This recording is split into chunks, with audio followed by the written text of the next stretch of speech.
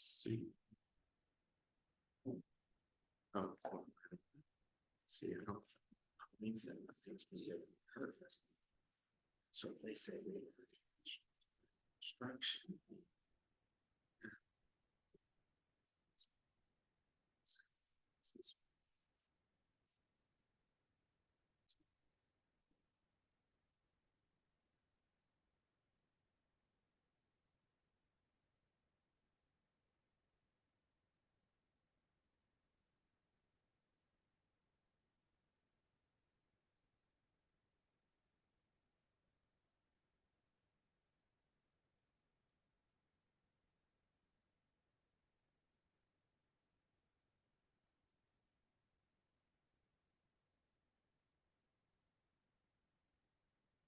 Ready? Okay. I'll call to order the special meeting of the Fountain County Council for July 25th, 2024. This is a hearing on the economic revitalization area and tax abatement for Troy and Van Buren townships. I will open up the public hearing at 5:01 p.m.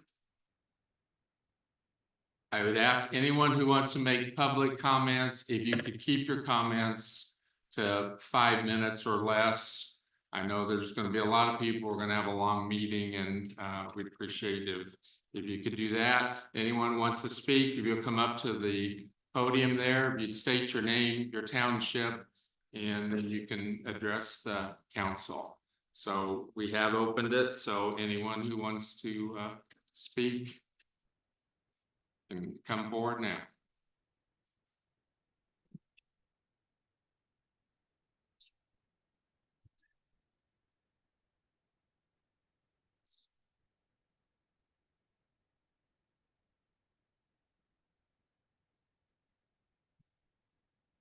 Good afternoon. So you have to turn it off. Hello. Brad, is the mic at the podium on? Hello.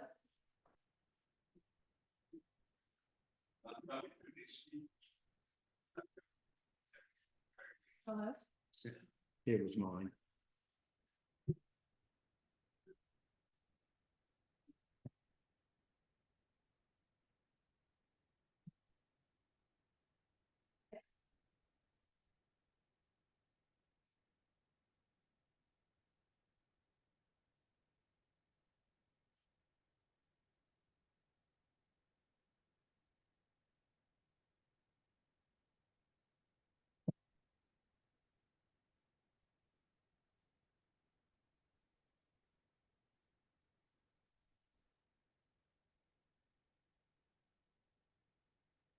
Hello?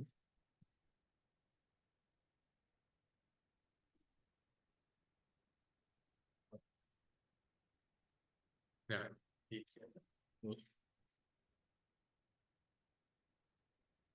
Hello.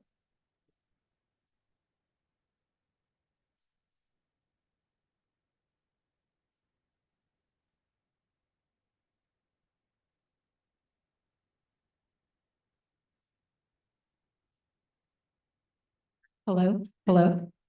Yeah. Okay. Can you hear me? Thank you. Council President, I'm Nikki Schultz. I'm an attorney with Ranger Power, Crossroads Solar. I was just going to ask for a point of clarification. I think I'm listed first on the agenda after the call to order.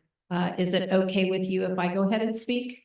If you want to, we council told us that you wanted to go later, and you can, or if you want to go now. That's Okay, if it's okay with the council, I'd like just to make some brief opening remarks, and then Colin Snow will wrap up. okay. So good afternoon. Good to see you all again. Thank you for having us. Just wanted to sort of set the stage and let you know from our perspective, sort of a sense of bewilderment. We're not quite sure we understand why we're here. I think hopefully you all have gotten a letter that I sent to the council attorney. I learned that there was going to be this hearing mid last week, and on Friday, I spoke with your council attorney and I sent the letter indicating all of our concerns about this meeting. To really be succinct, we thought we had a deal. We went through all of the approval processes. We engaged in good faith discussion and negotiation. We have binding economic development agreements. We have binding road use agreements, decommissioning agreements. We went through a preliminary resolution, a confirmatory resolution, and an economic development resolution. And that has been unfolding for months and months and years. Crossroads is getting ready to move forward very, very soon. And it is very, very troubling to hear that perhaps the rug would be pulled out from under it by this council.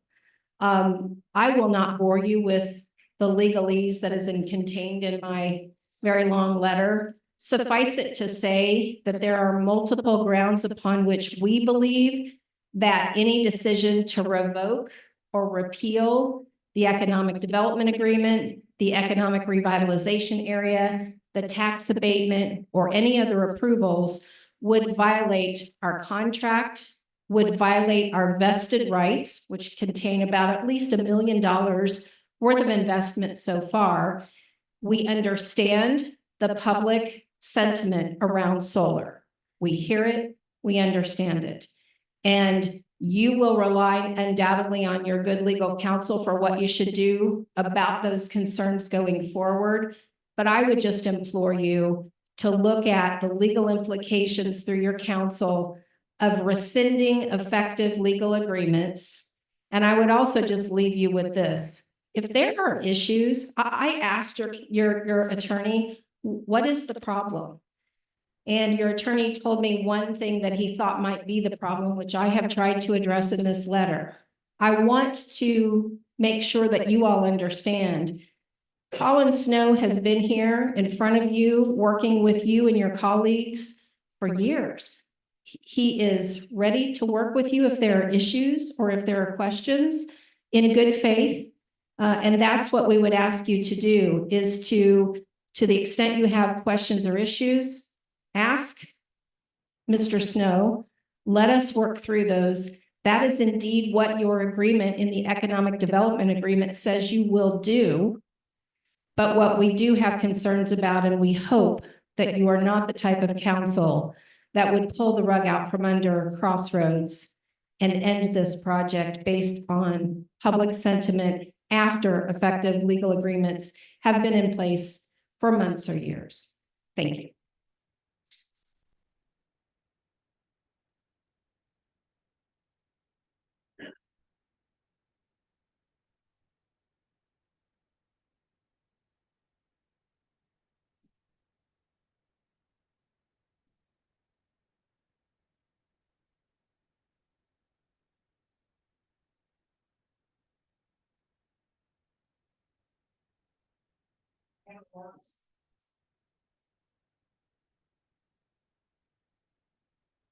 Good evening, Amber Rorks, Wabash Township. I'm here tonight just to discuss the blanket ERA that was done for the two townships.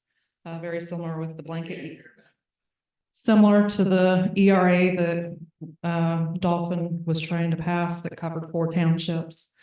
I'd sent an email to all of you from with the articles that I used to gather my information.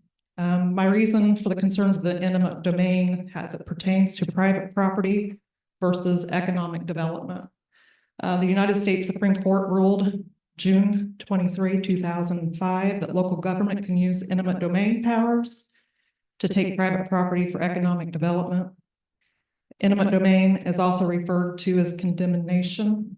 This takes private property by local, state, and federal government for public use or public purpose. The court ruling for Kelo versus City of New London in 2005 New London, Connecticut could use eminent domain power to further an economic development plan for public use. The New London, Connecticut had economic issues due to tax base population continually decreasing. And in 1998, the city started the New London Development Corporation, which is a private entity under the control of the city government, to consider plans to redevelop the area and encourage new economic activities. The New London approved the developmental plan, and it would create numerous jobs, increase taxes and other revenues, and revitalize the economically distressed area. City development agents negotiated and purchased property from willing sellers and utilized the power of eminent domain to acquire the remainder of the property. Those who were unwilling to sell brought in class action lawsuit claiming that the taking of their property by condemnation proceedings violated the public use restriction in the Fifth Amendment's takings clause. The U.S. Supreme Court considered the question of whether property qualified as public use, and the Supreme Court had to revisit its 51-year-old precedent in the Bergman case from 1954, where the Supreme Court expanded the definition of public use to grant local government broad authority to condemn blighted areas to improve them. The ruling cleared the way for urban renewable projects as the definition of public use gradually expanded to include economic development purposes.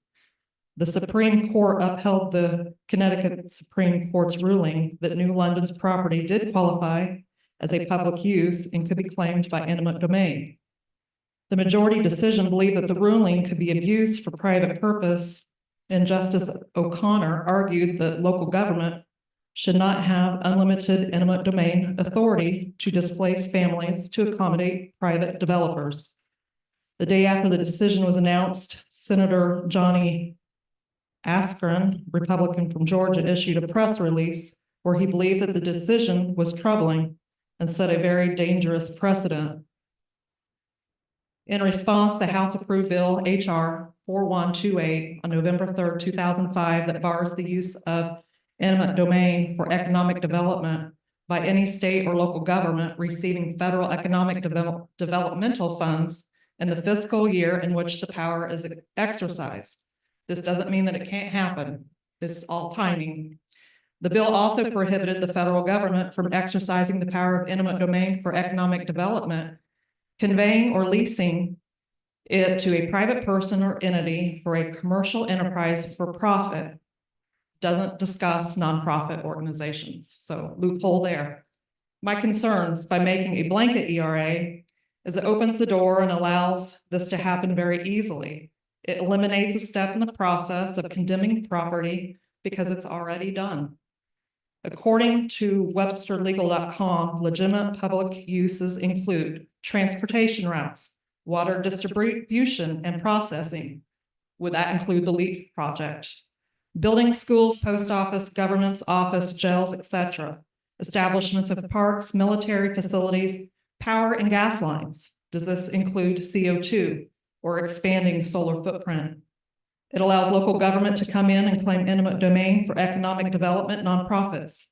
Let's consider the new Green Deal. If a solar field is transferred to a public utility, they could come in and declare eminent domain for all the farms around them, because they are already considered condemned in the name of public interest. Or another solar company could turn in a permit in that area that is already considered condemned. Is this one less step for them to get a tax abatement because the land is already condemned? These are three very sensible questions, and maybe this is not the intentions now, but what about later? We've heard over and over from our commissioners that this will not happen, and it's not a problem condemning multiple properties. There is nothing to be concerned about. But according to IJ.org, Institute for Justice, frequently asked questions about eminent domain. One question reads, I've heard rumblings about my area being condemned, but I don't know if it's true. How can I find out? Their response is, this is not something to ignore. Find out as soon as possible what's going on. Often the first step before condemning is a redevelopment plan. Get a copy of the plan and look to see if your property is included. Get copies of documents, talk to your local officials and agencies. Take notes and dates of each person you speak to. The next question. There is a hearing coming up about designating my area as blight. What can I do to try and stop this designation? Designating an area as blighted usually is the first step before using eminent domain. Once the area has been designated, most states say that anything within that area can be condemned for the supposed public purpose of eliminating blight. It is therefore extremely dangerous. The members of the agency may tell you that there are no plans to use eminent domain at this time. That's no protection. In some states, blight designations last for a certain number of years, and in many, they last forever. And finally, how can I get IJ to take my case? The Institute for Justice is a nonprofit public interest law firm located in Washington, D.C. It represents people with rights who are being violated by government. And one of its main specialties is representing people whose property is being condemned for the behalf of another private party. So my request to the council is, if you decide to move forward with the ERA, as you've got contracted with Ranger Crossroads, please modify and only allow it on the properties that have solar leases. And don't open the door that could usher in what this county doesn't want.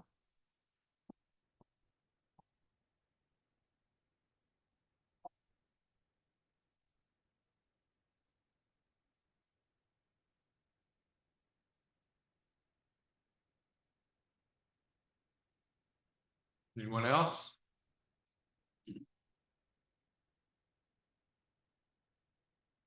Bill Gruber, I live in Troy Township on 320 acres, Wabash Township. I want to give you a little bit of a math lesson here. I did some investigating, and the population of Fountain County is 16,500 roughly. School-age children, 2,500. We'll give another 500 for toddlers and small kids. So let's subtract that, and that leaves 13,500 adult people in this county. Okay, best of my knowledge, I've been told that you have a petition before you from concerned citizens to stop all this. One of them was 1,000 people. The other one I heard they had 2,000 people. So we'll go with that. A total of 3,000 people. You subtract that.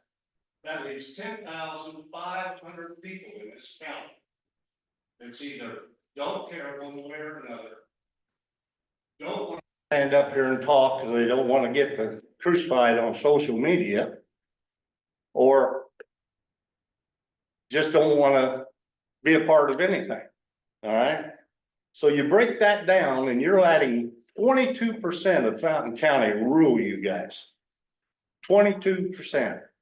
That leaves 78% of the people that are concerned about landowner rights and all that. I don't know where you go with that. You know, I thought that was something that was never into question around here. I've talked to several of the farmers around. I know a lot of them. I've talked to a lot of these people that don't want to be for this group. They all say the same thing to me. Well, you know, I'm a farmer. I want to farm the ground. I had the chance. I don't want in it, but I don't think I should be able to take your right away from you, what you want to do to your land. Okay. And, Denise, you made a comment in one of the meetings that you wanted to go with the people, what the people wanted. You're going to go with 22%. You're going to go with 78%.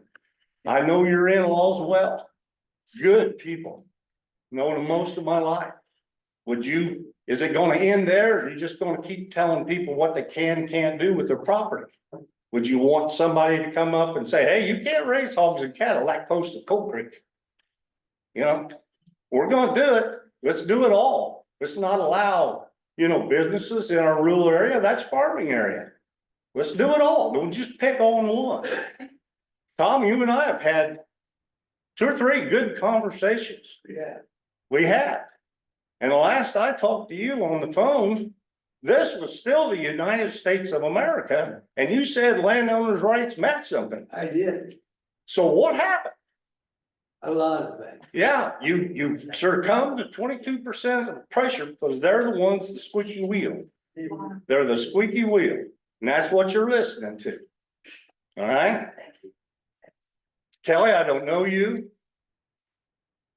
But I do know that you had the opportunity to be in the solar farm, and the only thing that kept you out was he couldn't get access. Am I correct? That's correct. So what happened to you? You're all for it, now all of a sudden you're not because you don't get in? No, I think you're being misinformed why we're here. This is not because of everybody sitting in this room. Yes, we take into consideration what everyone says in this room. It's the process in which we got here. We were misled by the commissioners before we made our vote. If we had had all the information that was due to us prior to our vote, it would have mattered when we made our vote. We were told they are coming regardless. Well, here we sit today. If we don't do it, we've been informed by Ms. Schultz that we have a possibility of a lawsuit, And well deserved, well deserved. well deserved. Yeah. So How many our vote- years have you I'm not gonna had? argue with you. How many years have you had to figure this out? We just found this information out last week. Yeah, okay, Talk to your commissioners. I have. Well, they're lying to you. See, there you go. There's between 5,000 and 6,000 landowners in Fountain County, so the numbers you're using is distorted. So got to do with the landowners. I talk about We're voters. talking about land rights. I'm talking about voters. If you live in town, if you got 3 acres, whatever, you still have property rights. You know, Bill, I have always said, and anybody can vouch for this, because most of you have heard me say this in a meeting. Whether you're for solar or against solar, that is not the issue. The issue is the process in which we got here. Who wrote the ordinance? That's what I want to know. Does this company actually have their permit? Have they been working without the permit? Do they have the decommissioning agreement? Do they have the road use agreement? Yes, we have those from the information that they gave us. That's why we are here. Well, I know that you're involved in the project and you have a passion for it. And I can honestly feel that from you. I understand that. But if it's true, what we were told by Mr. Tim Shoemaker in an open meeting, they are coming here whether we agree to the ERA or the tax abatement, then they should have no problem if we rescind this vote. Because they're coming regardless. Now, that's what we've been told. And Bill, I'm gonna add. When this was brought up in March of 2023, we were told the permit has been done. The road use agreement has been signed, the decommissioning plan has been signed. And the road use and decommissioning plan were signed 8 months after we voted in March. So we were misled. And if we'd had all this information in March 2023, this would have never passed. yeah. How do you know? I mean, how do, You're accusing us, but you. I'm not accusing you of anything. I just said, how do we know? I think you just accused a lot of us of things. Okay. Then answer me this question. You knew of the benefits of all this to Fountain County. You've got all these projects. Dudley, I've known you for a long time. Okay? I don't get it. I don't understand why you're not weighing. I think these things you're talking about can be fixed. You don't need to vote anything down. They can be fixed. Get what you want. I encourage you to do that. If I'm wrong, then I'm wrong. If you need that stuff, I heard her say they do it. The lawyers are sitting right here saying they'll do it. get it fixed. There's no need, I mean, integrity means a lot. I mean, you just can't keep. Well, we don't like this, so we're not gonna do it. I mean, but my deal with you, I don't understand how you justify, you got two companies that have already got big stuff in the works. And when they say they're coming regardless, they're coming whether or not you get the $40 million to use for this county. That's what they're saying. That's what that means. They're offering this county $40 million to do whatever they want with. You can do every project in this county you want and still have money left over a period of 5 years, I think. There's no place to live. Oh, wait a You minute. wanna wait till it's your turn? You've been over 5 minutes. They were taking my 5 minutes. Amber went over 5 minutes. Where did the 40 million come from? Cause Am I wrong? it's. Between you and Dolphin? I can't speak to the other project. Our EDA has worked out to 7.8 million over the first 5 years of the EDA. So, And Dolphin had a big figure. Did you see? No.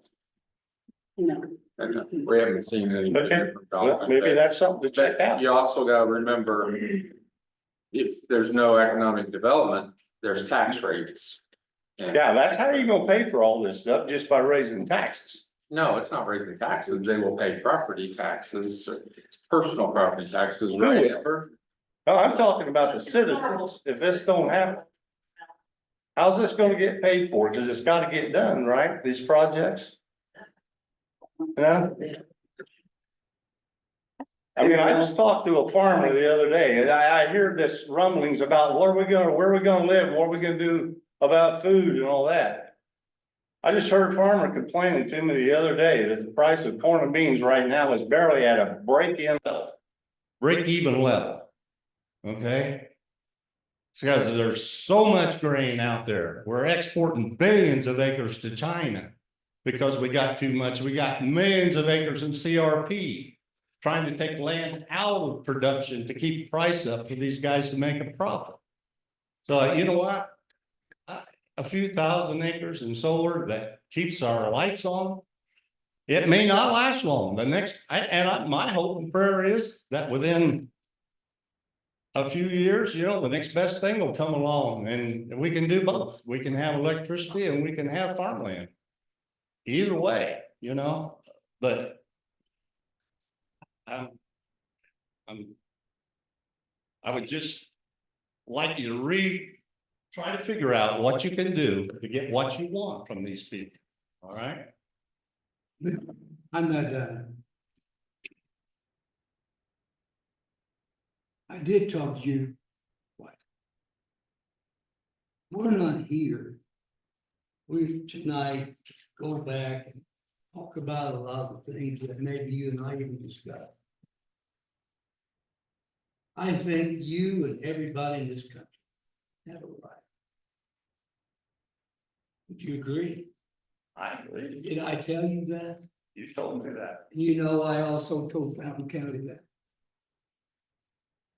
But also as a council member, Bill, we hear a lot of things. And we have to look at everybody. You know that as well as I do. We have to listen and decide what's right. Maybe it's not right now for what we're discussing that you want to hear, but tonight we got to correct something that we want to hear. That we want to make sure that's right.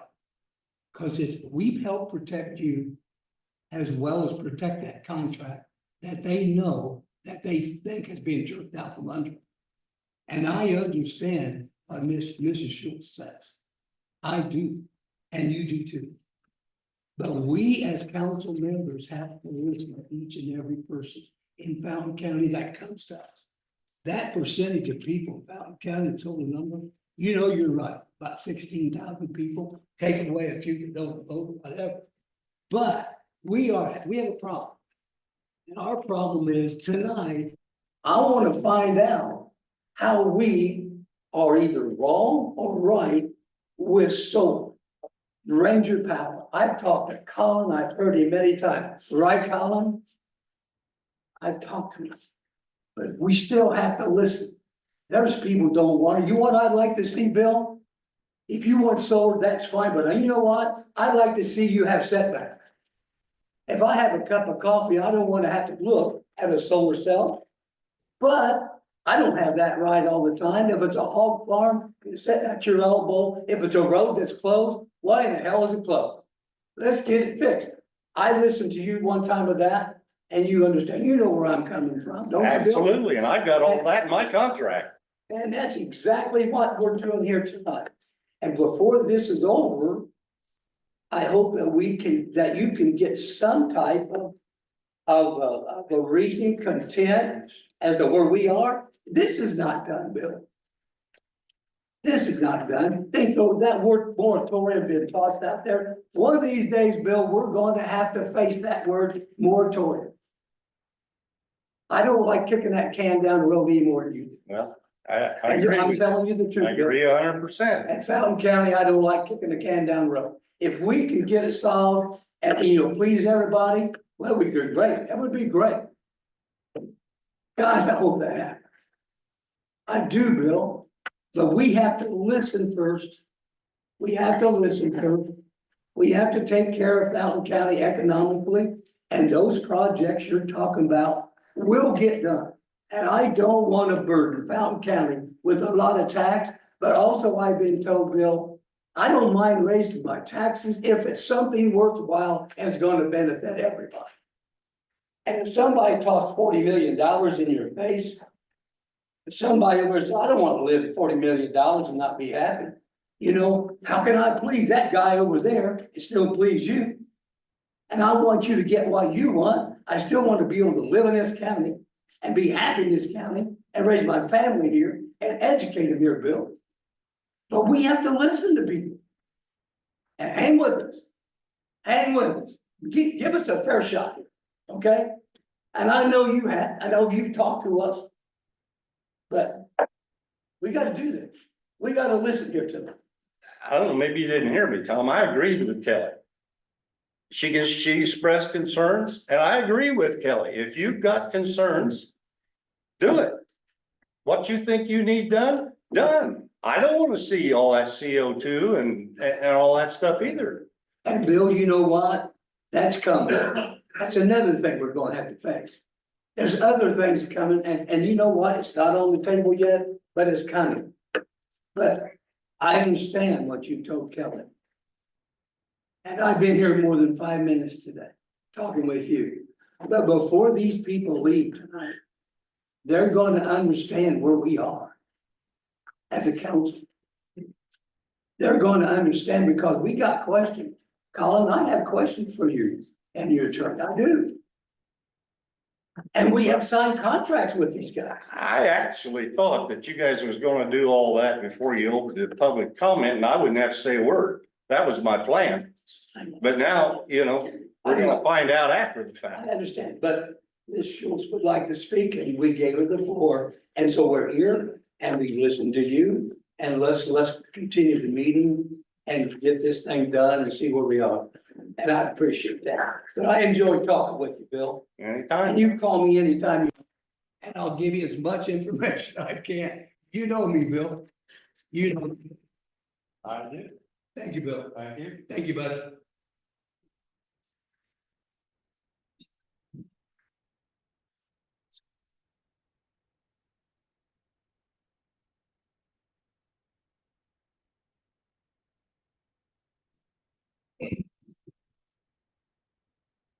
My name's Clint Gilby. I live in Wabash County. Listened to the young lady over here just a little bit ago say that she feels like she had a rug pulled out from underneath her. Well, in my case, I worked down there and built a fairly decent place, been there for 30 years. And unbeknownst to me, these companies are working with our commissioners behind our backs, pass all this stuff without public notification. All this stuff has been through, and that's why we're here, because they didn't do what they were supposed to do. Is that a fair statement? Is that a fair statement? Okay, there's one reason we're here, for some reason. Okay, Now, how did she think we feel about having the rug pulled out from underneath of us? And another thing I want to point out is, you guys all, and I talked to you about this, and you signed, or you took an oath of office, not to Dalton Solar, not to Ranger Power, but to defend the Constitution of the state of Indiana. Is that true? We took it on. You took an oath. I don't know, I haven't found it, so I don't know what. When you first got elected, you took it Okay, on. did you take an oath for these Right here, people? right there. Okay, so you have, okay, but that, do you see where we're, you don't represent these, and that's where we're at as citizens. We've got too many people in our government representing these people, not the people that elected them and not the people that live in their districts. So, that's all I got to say.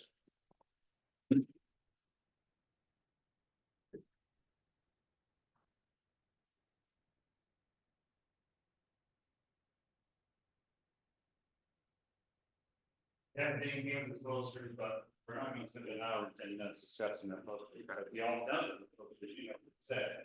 And we asked everyone, try to keep it within 5 minutes, please, Five so we minutes. can hear from everybody.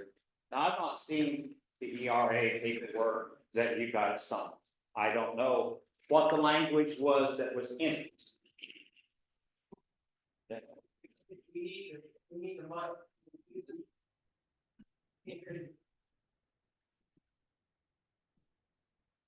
But when we looked at. When we looked at Dolphin, there was language in that ERA. That said, the specific statement was said in there. All the conditions for redesignation of an economic revitalization area have been met, and the foregoing findings are true. Now, I don't know if that language is in theirs or not. I've not read it. I've not read it. But I do know if it is in there, the truth matters. Now, whether it was omitted unintentionally, it was an oversight, it was going to be done, but the language was there. If it was. And if it was, everybody made an agreement based on knowing all the facts. That's beside we get to the fact of if the language was used that this area is blighted and the whole 9 yards we've discussed when we were discussing with Dolphin. Which we know that that's not true. Okay, the Farm Service Agency says that farmers are making money. Okay, that's clear. It's a choice of when we're looking at, is this business more profitable for the county or is that business more profitable? That's it at the end of the day. But I do want to speak on something that Bill brought up. And yes, we have 16,000 people in our county. But, and I have brought this discussion up multiple times, and perhaps it's now time to get a lawyer to force this issue up. But Indiana Code 36-74602 talks specifically about zoning and specifically about what citizens can do. It's not about who votes, because in that code, it specifically says 50% of the landholders. Now, can our person from the assessor's office tell us how many landholders approximately? 5,000 and 6,000, okay?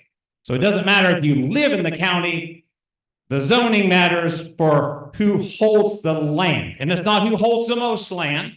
It serves the person that's got a quarter lot in town is the same as the person that's got 10,000 acres in the county. So if we're going to pose the question to what the zoning is going and is not going to be, we need to base it on what the law says. And the law specifically says 50% of the landholders.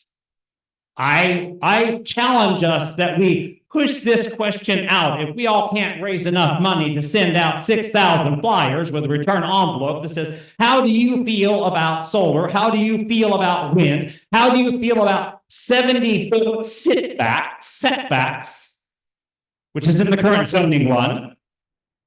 Which that's a question that I want to bring up to the APC and to Roger.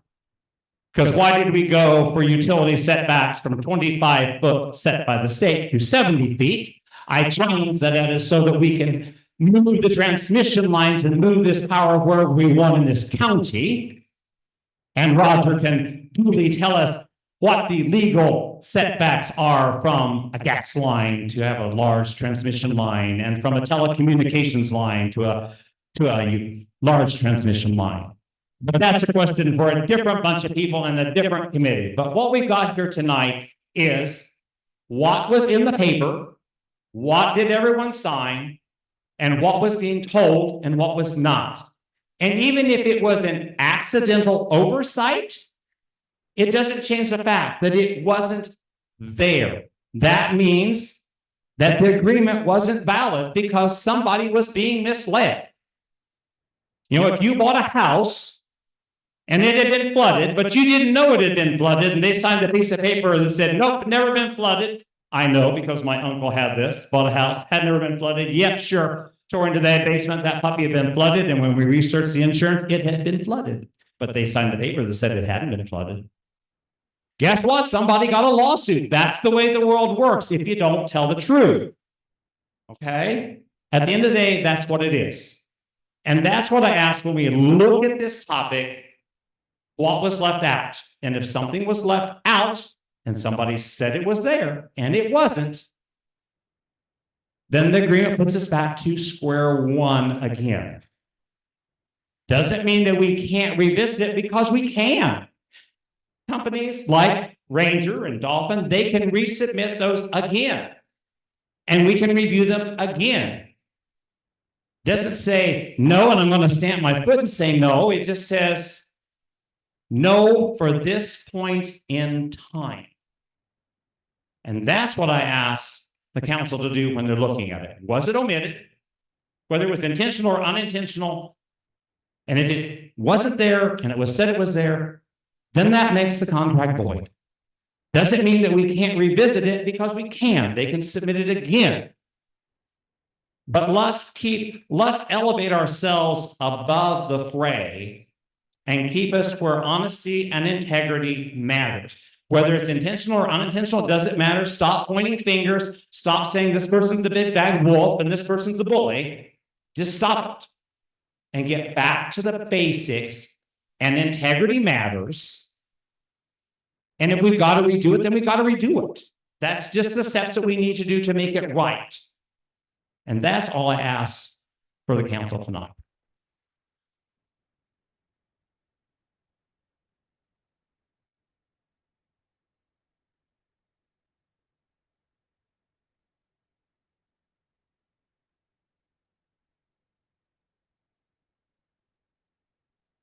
What else?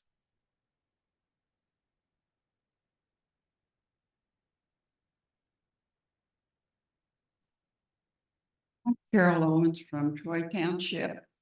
And if my memory served me correctly, I recall Tim telling us that if you do not accept the tax abatement, it goes to the state. And I would like to hear from our attorney on what his thoughts are.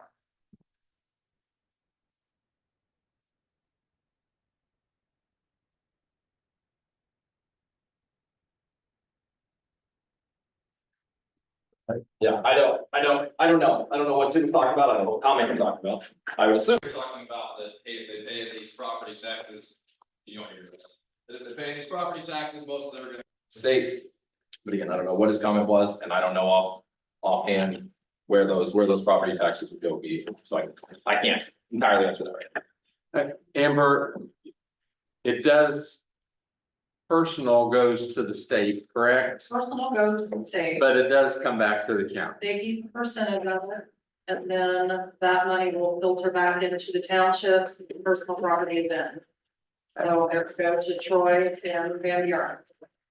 So this 20 or this 40 million that you're talking about and this 7.9 goes to the state first? No, Alright, so the 7.8 is an agreement where they give us the money that we can do with it however we want. Right. in return, they don't pay personal property tax. And their solar arrays, the things that are on the land, that can be movable, that's not fixed. So they have to turn that in every year. And whatever their assets are for that personal property, they turn it in, they have to pay a percentage tax on it. But like I said, it goes to the state keeps part of it, and then it's filtered back to the county. The economic development money, they're trading on for a lower tax. Right, so they're not gonna pay taxes for 10 years.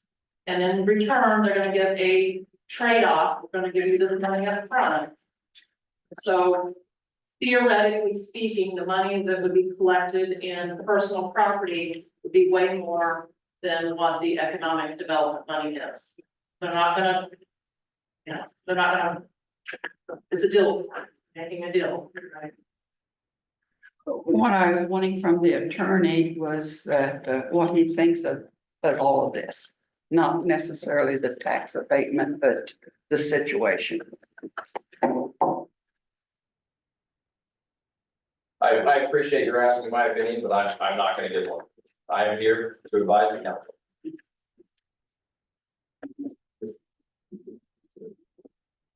Anybody else? I'm on here, but if anyone else would like to.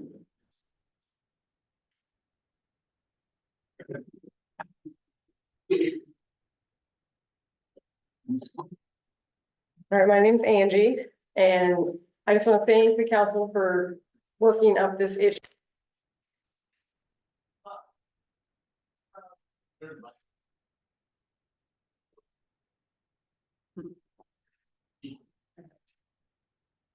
I don't really have anything planned to say, but I want to thank the council for what they're doing and for working for the citizens of Fountain County.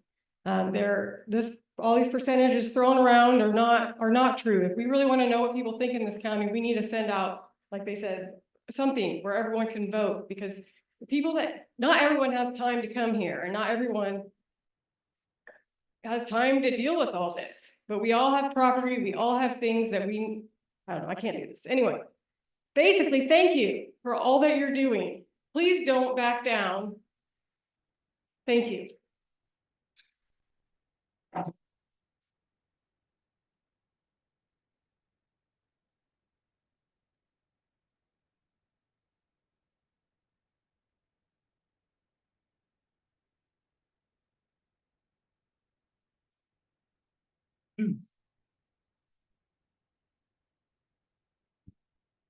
Hi, my name is Rhonda Swisher. I'm a very small landowner in Troy Township that has made a deal with Ranger Power.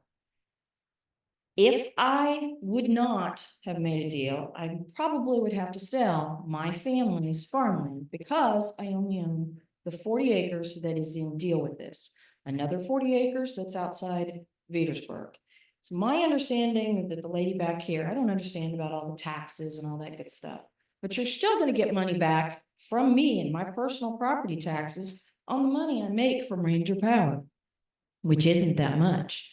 But if it's the option between putting my land into solar or continuing to try and farm it when I don't make that much money and I still can't even afford to lime my property right now because of the cost of everything, then it's either sell my property or put it into solar so that I can continue to keep what was in my family in the Forrest name, which Charles Forrest, the VFW, was my great-grandfather's brother.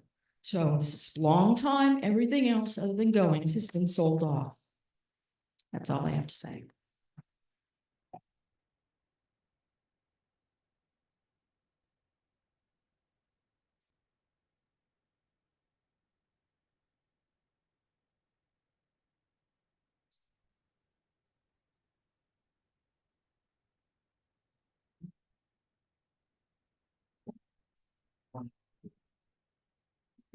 Inside of the US for things. The packet includes a letter, it's sent over. This, it includes some other items as well. Sorry, is that better? Thank you. It includes, couple of FAQs, one designed, for the project, another kind of circulated by the Luger Center. And then, some other information, about, our agreements and about sort of, our history, with this project and in this topic.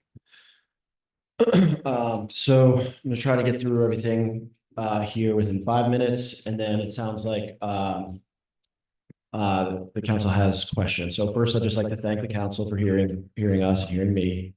I wanted to kind of go through our history in this county. For those who don't know, I first started developing the Crossroads Solar Project in 2019. We came to this county because of existing electrical infrastructure.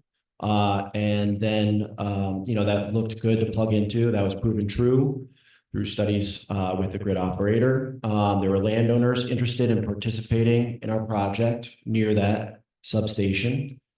So we started the project, in 2019. We started meeting with the county probably in 2020. And went through a, significant permitting process. First step of which was our commercial solar energy system permit, which I think we received in early 2022. I don't know, it's on record. That contains a lot of the answers that people have brought up here tonight. It includes setbacks from neighboring properties of 200 feet from non-participating properties, 100 foot from the road right of way. We satisfied that permit through a series of public hearings as well, all noticed correctly to the county standards. We then, came in front of the council, I think first in the fall of 22, if I'm not mistaken. And there was a process with a couple of hearings there. I think we had the ERA passed and then rescinded. And then there was, elections happened and the current council members were elected in 2023. And we engaged in more meetings and negotiations with the council, as we were told was appropriate by the county. Had, ERA hearing and then a hearing to confirm the ERA, abatement and EDA, per the structure we had negotiated. I just wanted to run through that just to clarify, level set.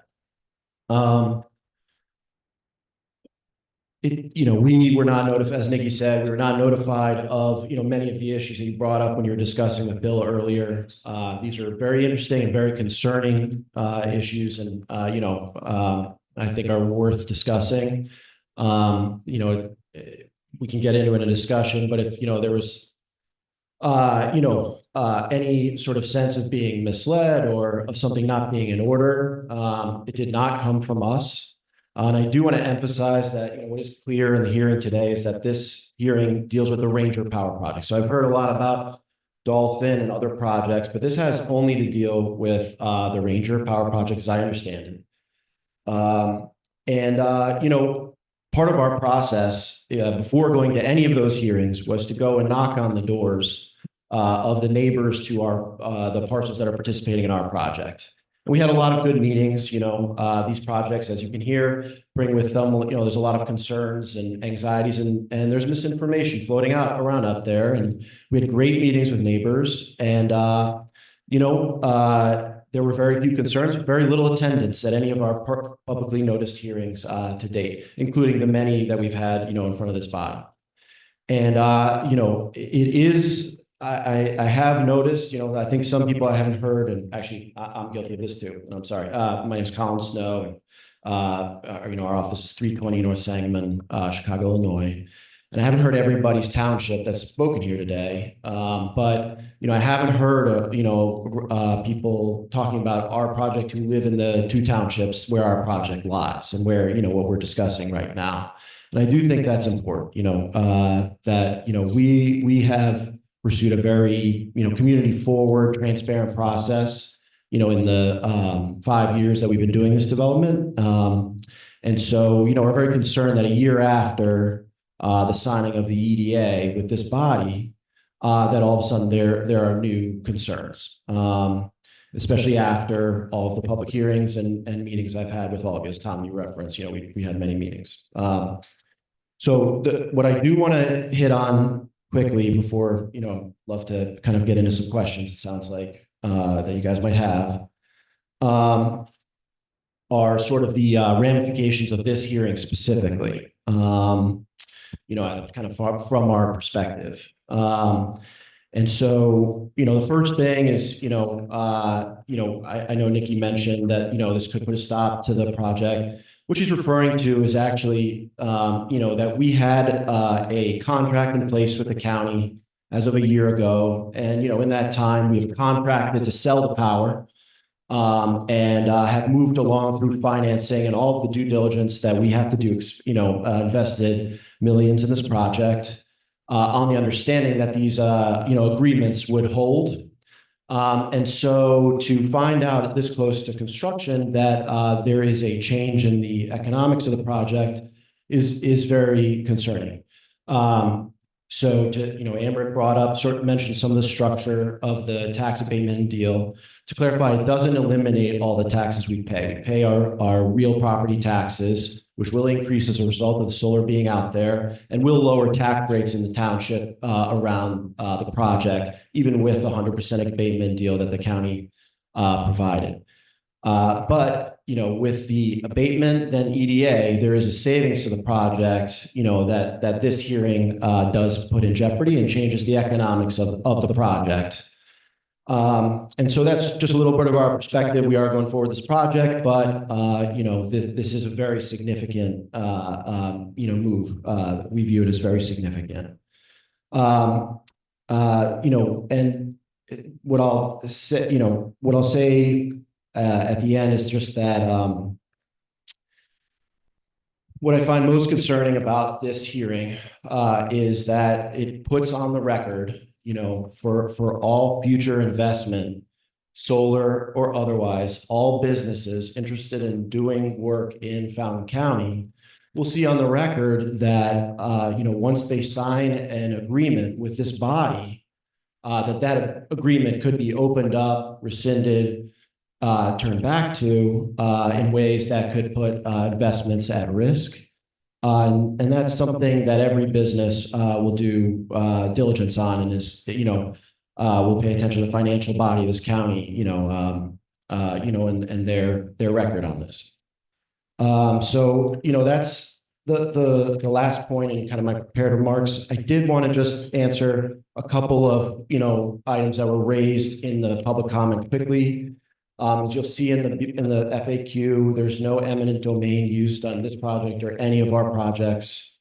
The ERA does not affect any of the other projects within the ERA area. It only affects parcels that are within the project. So, Amber, I'm willing to go with you and protest at the state, against eminent domain. We're firmly against it as well, and its use for projects like these.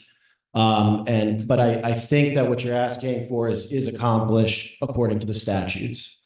The only other things I'll bring up is, decommissioning. I think I heard you mention, we can talk about it, was not done at the time because the county had not enacted a requirement for a decommissioning plan. That was included as part of the EDA agreement. So we worked on the decommissioning agreement that flowed and was held under the authority of the EDA. So that's why that was, subsequently put in place. And, I'm sorry to hear that, you had different ideas about sort of the order of how things should go. But, by our understanding and coming to this county and going through, and seeking the permits and agreements that we, needed to get and expected to get, was no requirement for that. And we never heard one from this body. So, that's, why Nikki referred to, us being surprised now. The other thing I would say, sorry, Dale, I think you brought up 75-foot setbacks. It's 200-foot setbacks from non-participating parcels, 100-foot from the center of the roadway, the greater thereof, and Yeah, and I did want to clarify, just on what Dale had raised, which is that this is not what we're talking about here is not a resubmittal. It is an executed contract that is being contemplated reopen, which is a very different matter. So, I guess I'll pause there. Please, thank you for your time and please, it sounds like you had some questions and I'm available, as a council. Like, On the decommissioning, wait. I'm sorry. Go ahead.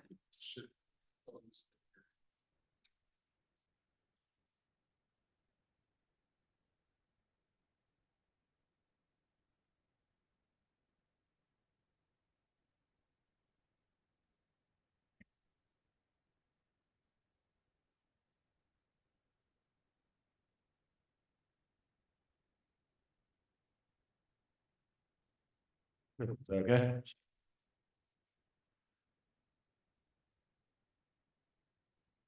The fencing can sit within the setbacks to the panels. So it's not laid out in the zoning ordinance. We will keep it close to the project. The fencing, I've heard people banning about barbed wire fencing. It's not what we're using. We're using a wildlife fence, which is wooden post and wire mesh. That's also a requirement in the zoning ordinance. Yeah. The fencing, no, it would be back towards the panels. Yep. That's right. And, we'd be responsible for, maintenance of the vegetative, plan, which includes, some setbacks and that kind of thing. Yeah. Sure.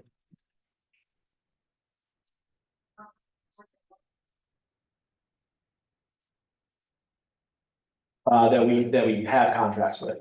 Did you have contracts? You did not go to the surrounding property owners? We did, I think, approach it all. They did not approach you. I'd love to chat. What's that? Well, they all have to come in. I'm just, Oh. I understand you like to say you want to know how to do it. Yeah. Yeah, but it sounds like, you might not live near a project. Yeah, it might, I don't think so. It's different, you'd be surrounded. What's that? Project. No. It's different. Our project, the Ranger Power Crossroads Solar Project, is down, it's like north of 74 between Leadersburg and Covington. We're not near Attica or we're not south on highway. So I don't know. Okay. Are you talking about different project? Okay, yeah. Okay, yeah.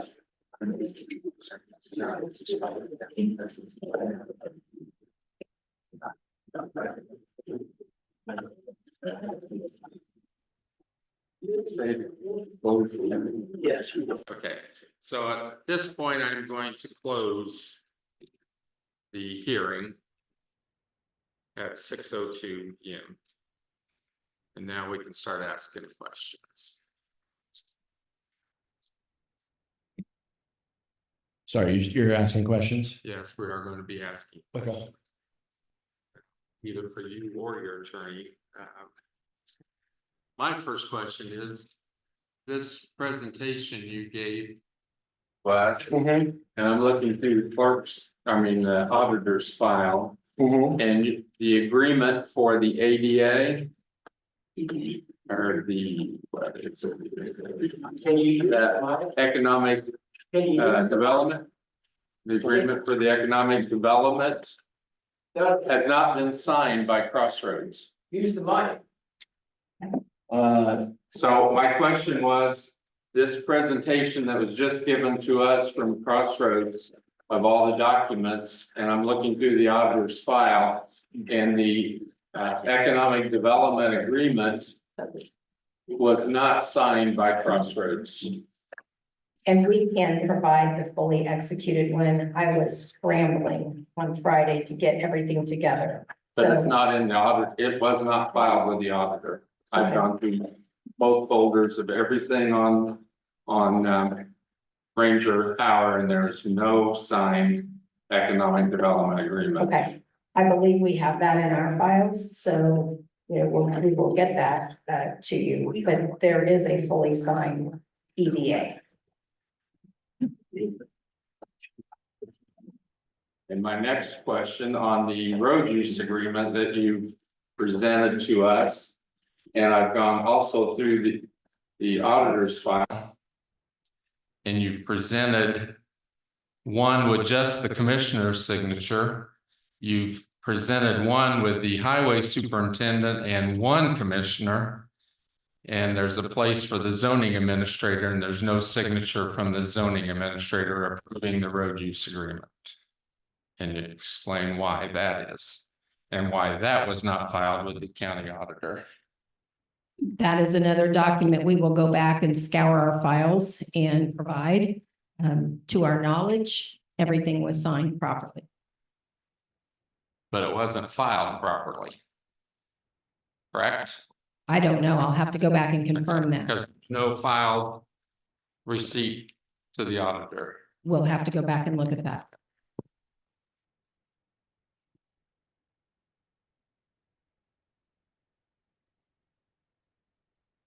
Right. Any questions? I had a question about the decommissioning plan that you have. I'm sorry, everybody. I have children. I do know how to yell, but my question is, what is the exact amount for the decommissioning? Is it the 125%? It's the decommissioning agreement, which is the ratified document. Contemplates 125% of net decommissioning costs posted before construction, I believe. You have it there. I think it's before construction. My question is there an escalator in that for inflation? There is a concept where the amount of the decommissioning bond has to be reassessed periodically through the project. So I think that would capture that. Okay, is this, You say through the project to your project or after it's producing electricity? Sorry, I'm not sure I understand. You said it's gonna be reevaluated through the project. The project, is that your construction project, not in 5 years when it's actually producing electricity? No, it's through the life of the project. So, it's posted, before the project's up, and then every 5 years of the project producing power, it's reassessed, who, is the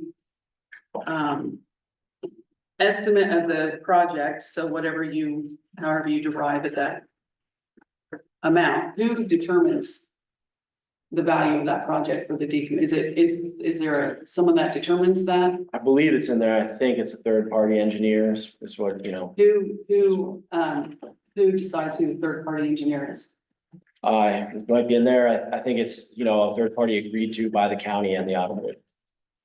Or by, the county and the property. And I know that you stated that this was never, a decommissioning agreement was never in the set of agreements that the commissioners or zoning administrator set deemed necessary, and that it was never talked about. Is that correct? It was not a part of the solar ordinance that we applied for our commercial solar energy system permit under. Yeah, if that makes sense. Yes. That had a lot of, that zoning ordinance has rules. And we met those rules, and decommissioning was not one of them. We may have included in our permit that our leases do contemplate this, and it's something that we're, willing to do and want to do. But as it currently sits, that's part of the EDA. And so the county touching the EDA would then affect, those auspices. We're happy to enter into a new agreement under different auspices. It's not an issue, but we were following the rules that as we understood them. Right. I just wanted on record that I mentioned that during the meetings, every meeting that we had. Because I felt it was very important, and I even mentioned that during GNX meetings. I know that usually in the contracts with the landowners, there is decommissioning language in those contracts. So maybe those in the powers that be felt that was probably necessary enough to have. But I think as a county, one needs to be filed with the county. Who is going to, is this going to be a bond? I believe it's form of security. I forget, sorry, I just don't have it to hand, so I can't tell you. What's that? The performance bond was for $10 million. Put in an A3 bank, in case things happen, Yeah. then the county could draw from that performance bond if there were situations. But I think that's what she's going for. Sorry, I've never heard that before. Yeah. Is that in there?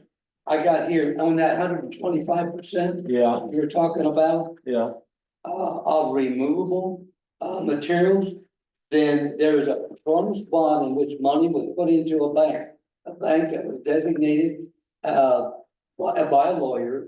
And each, and the county would know this before all this has happened.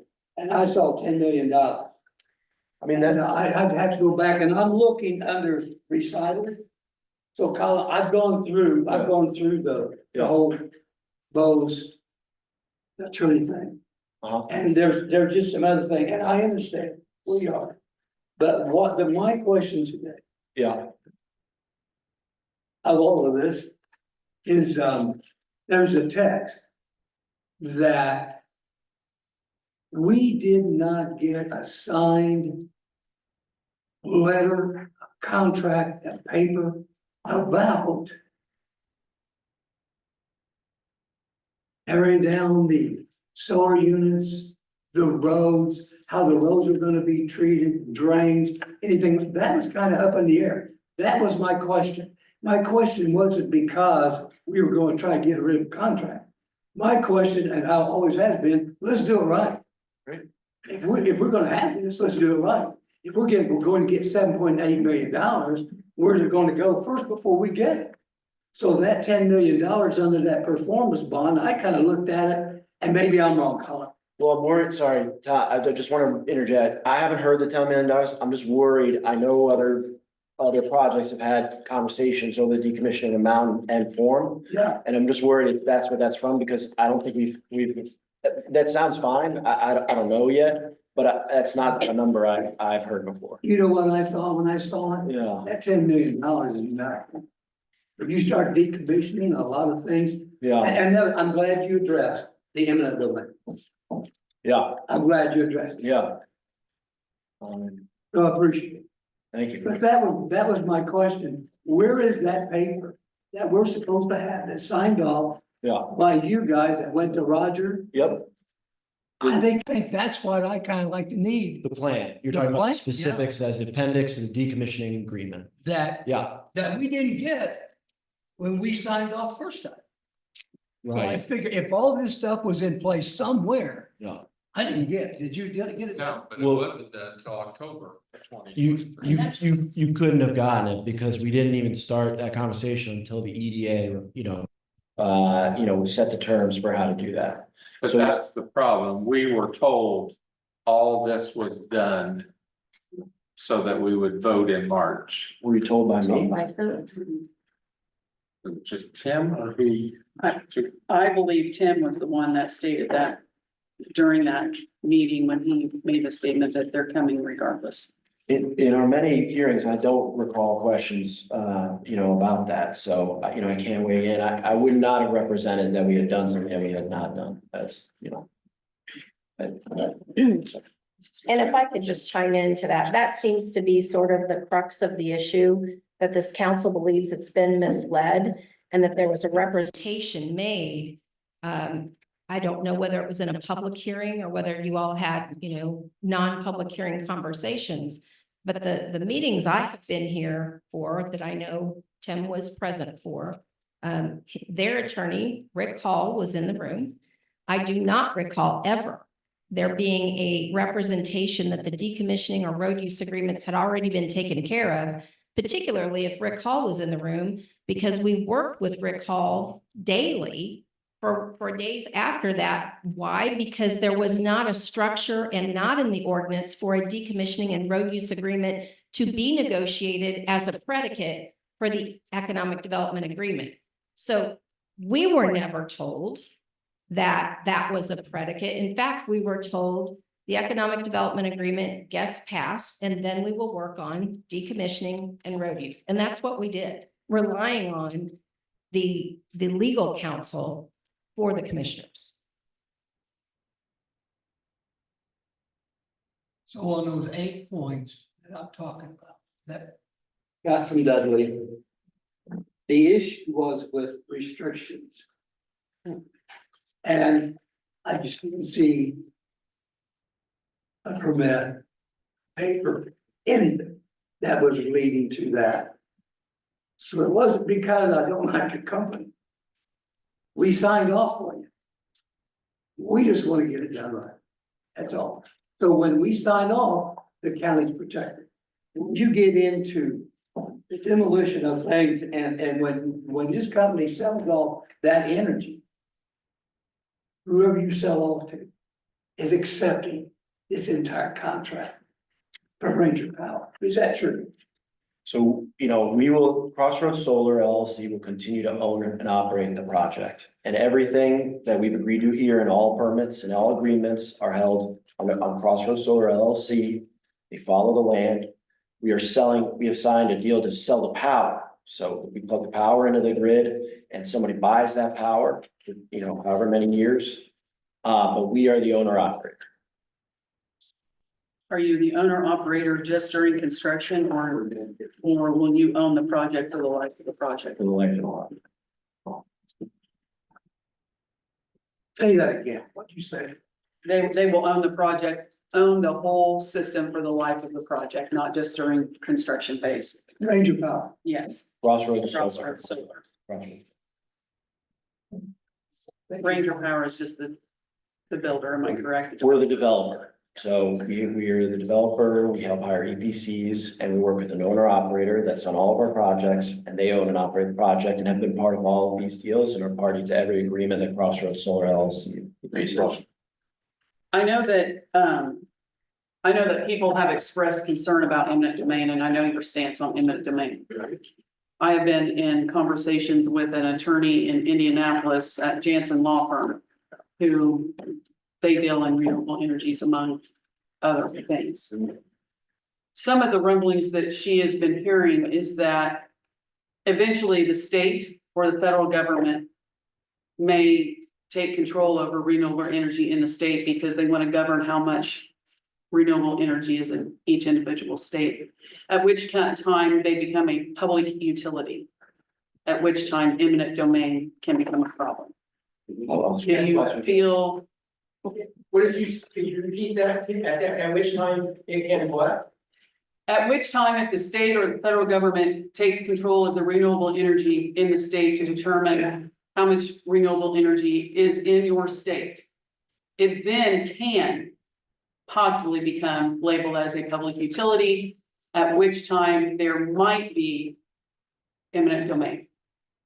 I don't know that to be true. There's some elements that you raised that are really interesting and touch on discussions that we've heard, around the state, which is that the larger issue is that there is a charted shortfall in electricity in Indiana. It's gonna, it's expected the IRC expects it to start by 2030 and increase after that. And this is in large part due to older generation expiring through the end of life of these other projects. So Indiana really needs power, keep the lights on. Indiana has no mandates to push renewables. There's no interest at the state level to promote renewables or other forms of generation, but they want to keep the lights on. And as a result of that, they have, taken an all of the above approach, which includes natural gas, coal, keeping, expensive coal units online and, reformatting basically older plants. And includes, solar and wind and hydro and nuclear if it's possible. And this is all to avoid blackouts. That's the reason for it. And that's why our power, that's why we're here. We are not a public utility. Public utilities do develop these projects. And then they maybe can use eminent domain in Indiana. I'm not sure the statute there. We are not a public company. We are an independent power producer. We are a private business. We do not use eminent domain. And even if we were to sell the power to a public utility, which we have in the state, one of our projects, we sell the power to Duke. There's no eminent domain used on that project. And so, I think that the interest in the state in moving citing concerns or any of these concerns to a state level is that, project like ours, 200 megawatts, produces enough power to power about 30,000 Indiana homes, a significant amount of electricity on the grid that is very needed, and it's at some of the lowest prices available in the marketplace. And so as a result of that, the concern is that at the state, they have no ability to actually promote generation that will keep electricity on for Hoosiers. So that's the kind of the situation there. There's no, I would be very interested in it, but there's no state level policy that is pushing renewables. It's just pushing new generation to meet the demands of Hoosiers, residential and new business concerns. There's a lot of businesses interested in the state, and they'll need power. They're projecting load growth, and they don't know where it's going to come from. So that may be what pushes people towards the state level. We are not, we like working at the county level. We believe our projects need to be good neighbors wherever they are sited. And we feel that is best established at a county level, at a local level. And we feel, we've been, bent over backwards here to try to be transparent and reach out. And so, we would continue to do so no matter what happens at the state level. Okay, I have a question. Because this has been brought to my attention. I think some of the other council people, it's been brought to them as well. Were you or your attorneys involved in the writing of the solar ordinance?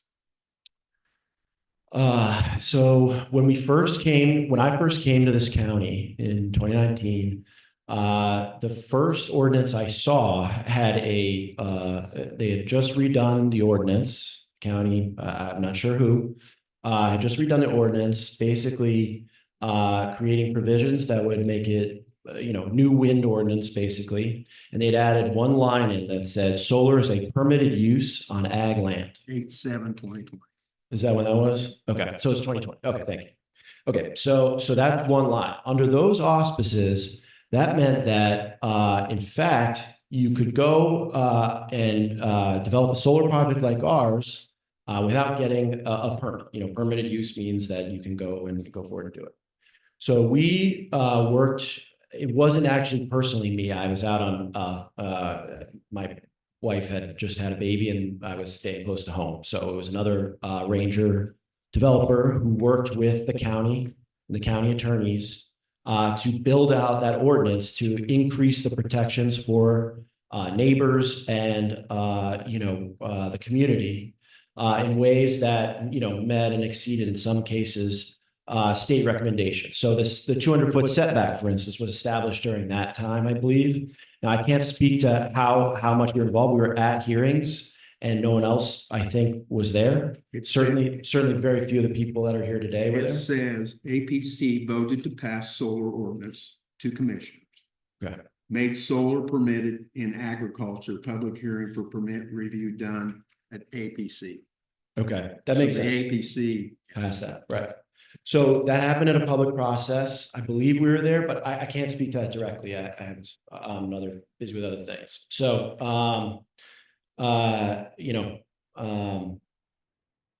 I think that, the state did pass a citing guidelines bill. It's a useful reference. But the setbacks in Fountain County exceed their recommendations. So if that's, of interest, that's. Colin, did Yes. you, the technical reviews with Roger, did you get Yes. all those done? We did for the CSES. So they're all done. We are still developing. We need to finalize our drainage plan agreement, which by the ordinance is executed by the county engineer. Right. And then there's the appendices to the agreements, the road use agreement and the decommissioning agreement, which, we were told, the highway supervisor, I think is his title. Jason. Can, sign off on the road use one. And the decommissioning, we've been working with the county attorney, but, or Rick Hall, I guess. So, I'm not, he said, you know, no more. He said he thought that there was no more public hearings, is what he told us. Yeah. But we want to get those right. We want them to protect the county and, you know, make sure that, you know, drainage is protected for neighbors of the project and on the project, improve drainage conditions. So you anticipate those being done before the project starts? They would have, They would yeah, have. it would have to be. Yep. All right. Okay, so what you're saying is, you're one of your cohorts, worked with the APC or the commissioners That's my understanding. Yeah. to devise the ordinance. I think it was the APC. Yeah, that sounds right. I mean, but I wasn't there, so. Nothing in the APC minutes were. I don't have it with me tonight. But I've reviewed those minutes and I see. I don't see anything in the APC minutes where that happened. Is the mic on? Yeah, is my mic? Okay. It shows it's on. Can you hear me? Yeah. Again, I'm Jim McKee. I'm on the county council. I represent the county council. Advisory Plan Commission. I've reviewed the Advisory Plan Commission minutes because of issues that I found. I find nowhere in the Plan Commission minutes where that has happened, where you have and the Plan Commission spoke to those issues in Plan Commission meetings. Don't see where that's happened. I'm not refuting that you didn't speak with the commissioners or somebody like that, but in the minutes of the Plan Commission, I don't see that that's happened. I can't speak to that. And as I said, you know, I wasn't here then, so I can't speak firsthand knowledge, but, Okay, so you said you have not completed the drainage plan. we have submitted a drainage plan. Okay, It is because under review. Roger advises that on January 11th of 2022, so 2.5 years ago, he asked for you to complete a drainage plan, a complete road plan, a completed wetlands delineation, complete submittal and jurisdictional determination, other pertinent engineering submittals. So we were told all this was submitted before our March 2023 meeting. And Roger says that you did not answer his questions from January 11th, 2022 until April 30th of 2023, 1 month after we had our meeting. And we're told that everything was submitted. And so that took that took 1.5 years to get some answers. And he asked for more comments and more questions on April 30th, 2023. And also on May 17th of 2023. And you just answered those on June 6th of 2024. So another 13 months of not answering him. Can you give us an explanation of why? Who's dragging their feet on answering all these questions that Roger's asked? It's a great, thank you for bringing this up. Dudley, I did want to quibble with a couple of points that you raised, which is that, you know, you were not told by me that these have been done. You know, you're not told by a ranger representative. You know, I can't speak to where you heard that these were done. But I will say that, you know, we had many public hearings and many, you know, meetings outside of it. I made myself available. If you had questions on these issues, I would have welcomed them at the time.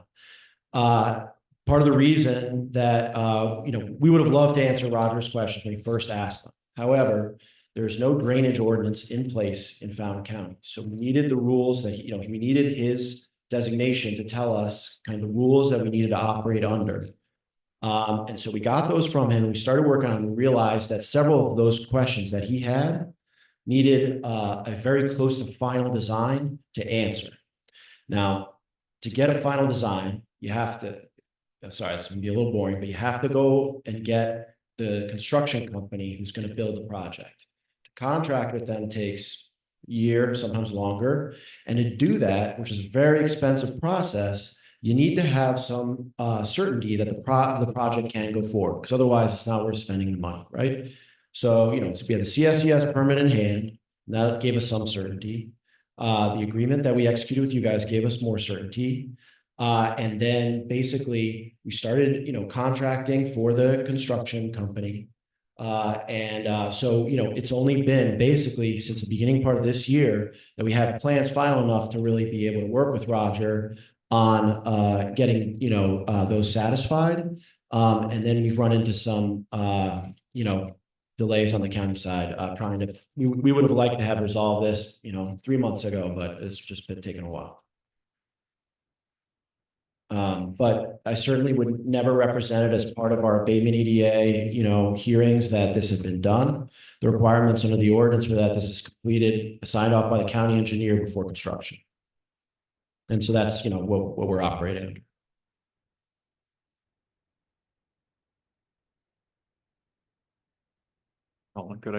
Can you hear me on this?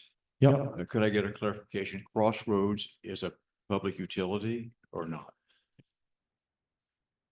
It's a public utility under yeah, here, Nick, you better answer that.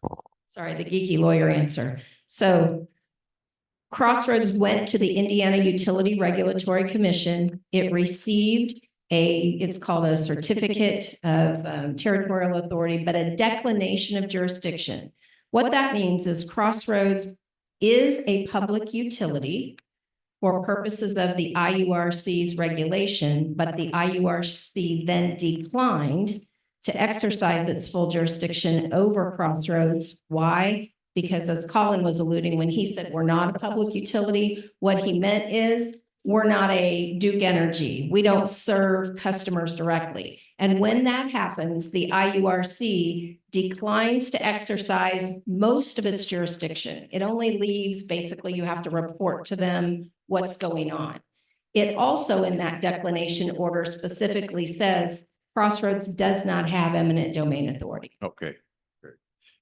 Just for clarification to the audience, I've spoken to the issue, Amber, I've spoken to the issue of eminent domain in a county council or maybe combination county council commissioner meeting.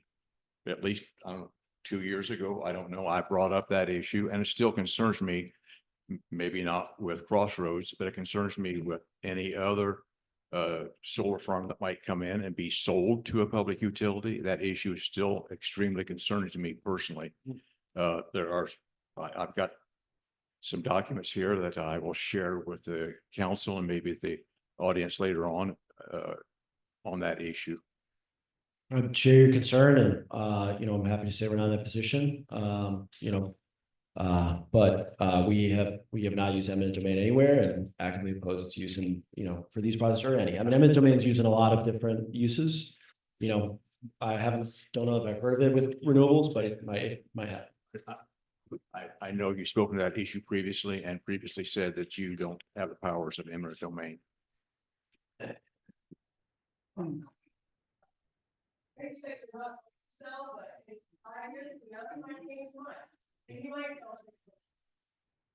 Because we have a contract to sell the power. So we have our revenue. But not the agreements, the contract.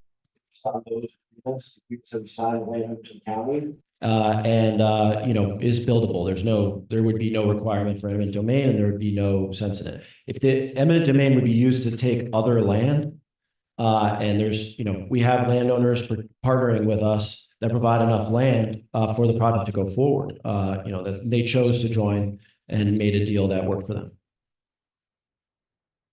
Sounds like today on this question. Yeah.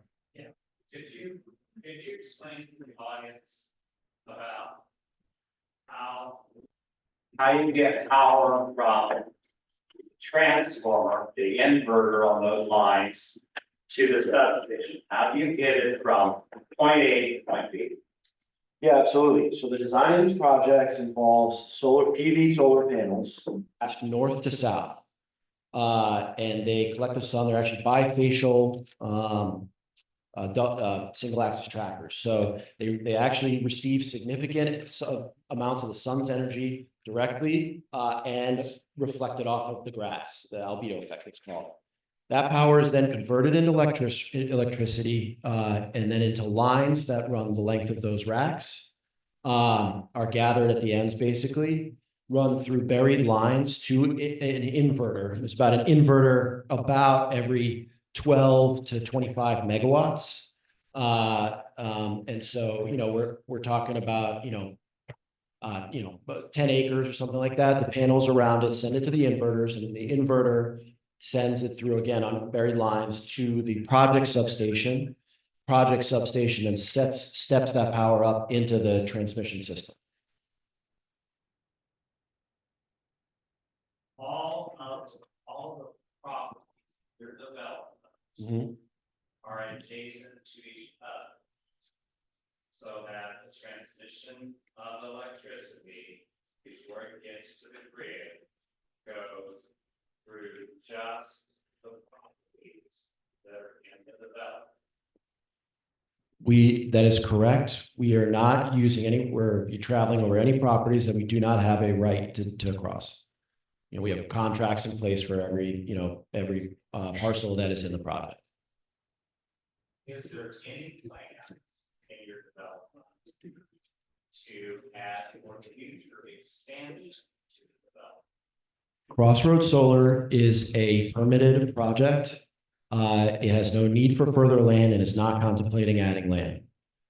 To add land would require a new permit, and currently there is a moratorium on new solar permits in Fountain County. That moratorium paid, and you saw the need to develop because the demand was there.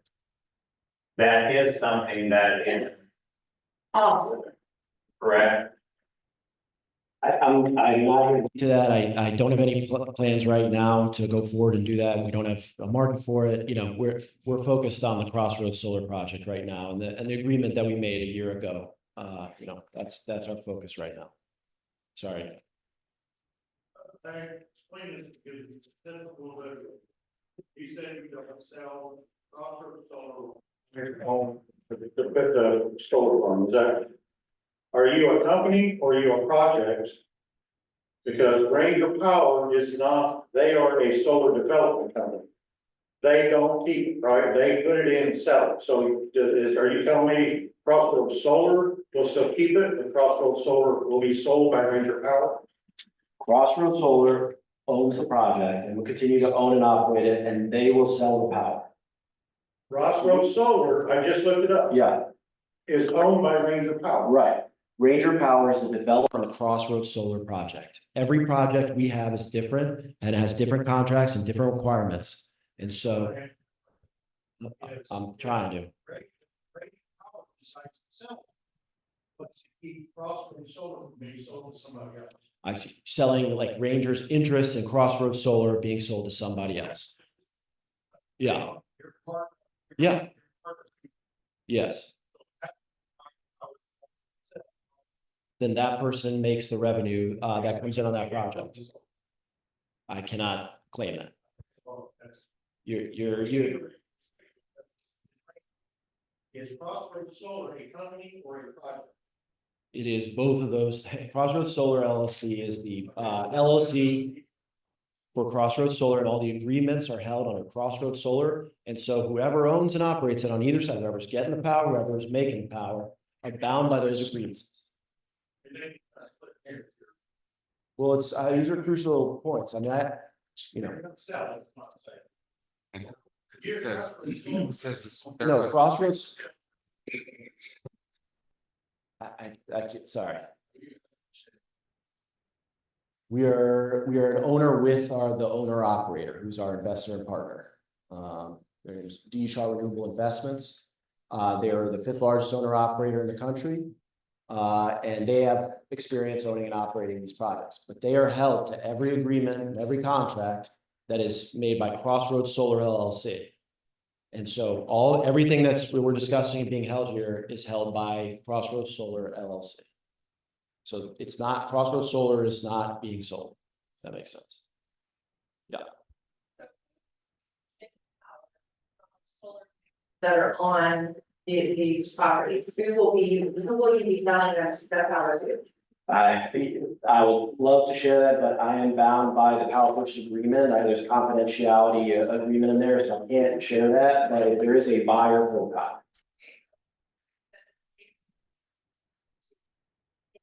That they're trying to look for alternative power sources, but will the state of Indiana benefit from that power source with the solar panels on our property and our county? Yeah, absolutely. I mean, it's, you know, viewed as, generation coming from somewhere that, doesn't have generation before. Adds stability to the grid, which could have future impacts and reduce rates on ratepayers. The electrons that get put on the grid there actually just follow those lines. There's contract to pay for the power on the other side, but the electrons do go on the grid there. It enters into the capacity market in Indiana, which is what is used to keep the lights on, kind of, anticipate full load needs.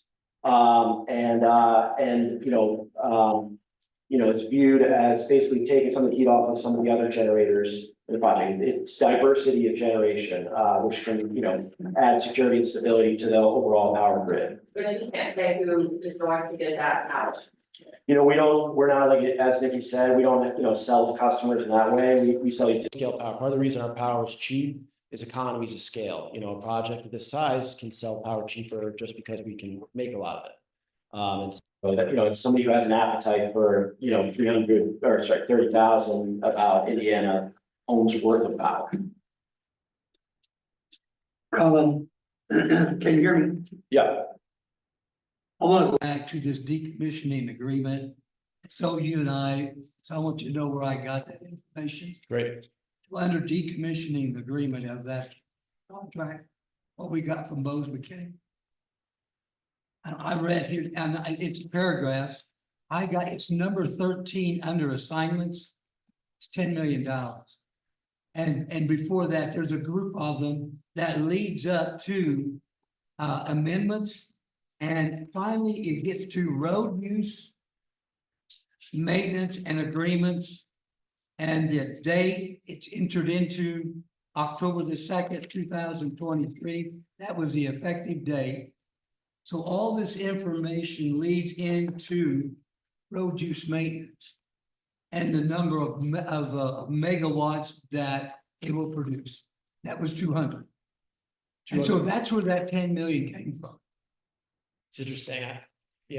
Sorry, I just don't remember that number being in there. And it all gets tied into, is it UD 45? UD 45 and it's filed with the DLGF. And we're talking about how the abatement is assimilated. So we know when we would get ours, right? We know that, but the option for the abatement schedule was going to be filed with DLGF. And I got letter UD 45, and I'm not sure what that is. I can't tell you where this, I'm not familiar with it. DLGF sets up the land, I'm gonna get the words wrong, but it's the land assessment of the land. They set it under the land that's under solar, gets assessed at a utility rate, and they set those rates by region, which is north, well, south region. And so during the 10 years of abatement, there's an increase in the land under the solar panels, which is currently assessed as ag.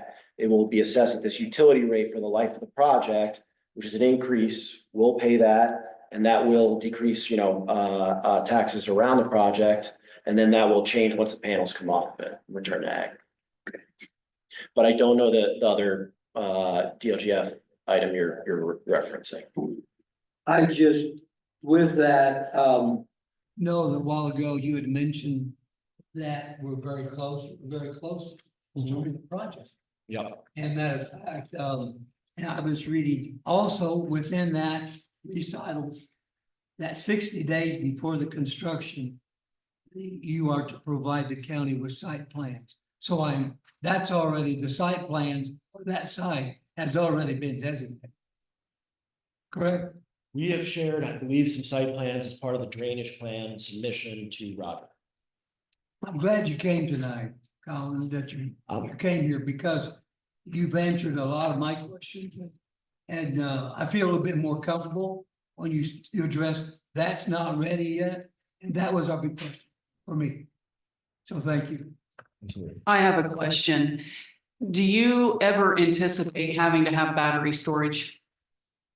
Having to know, that's not part of the Crossroads One Solar project. That would be a separate permitting process. We understand it. I don't know if there's, I haven't looked at Fountain County's zoning ordinance about that or anything like that, but this is just about the Crossroads Solar project, which does not include a battery.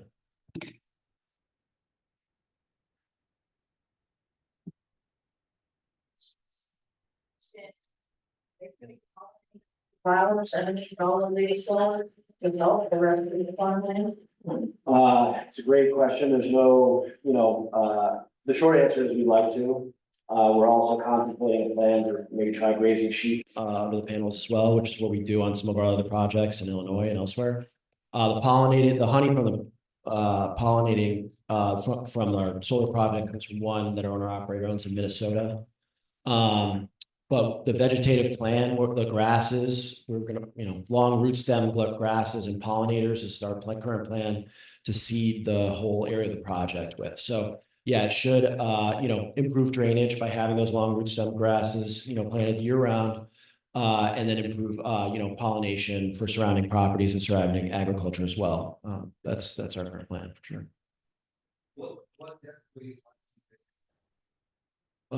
It's a good question. I think it's in the zoning ordinance. I think there's requirements about it. So we're meeting those, but I just don't have the number right now.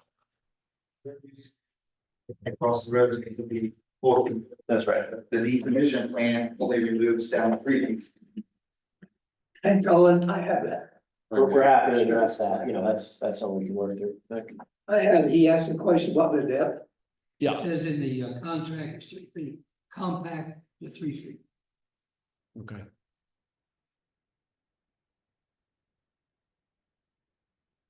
I know you're going to be addressing the drainage issue. And a lot of farms have, either pattern tiled or some sort of drainage issue. We also have county drains that need to be addressed, and I'm sure you'll address those during your drainage plan. And I know there's going to be some movement of earth. Maybe a little bit. Do you intend on keeping that earth with the land? We are required per our contracts with the landowners to keep that land on the parcels that's. Do your landowners understand that you're going to be changing the landscape of that property? We've been transparent with our landowners throughout the process. If that's what you're asking. They have some idea of what these projects look like. And made very informed and thoughtful decisions when they partnered with us, and it took a very long time to negotiate those contracts and work through those leases. They have a lot of protections for themselves and for their land.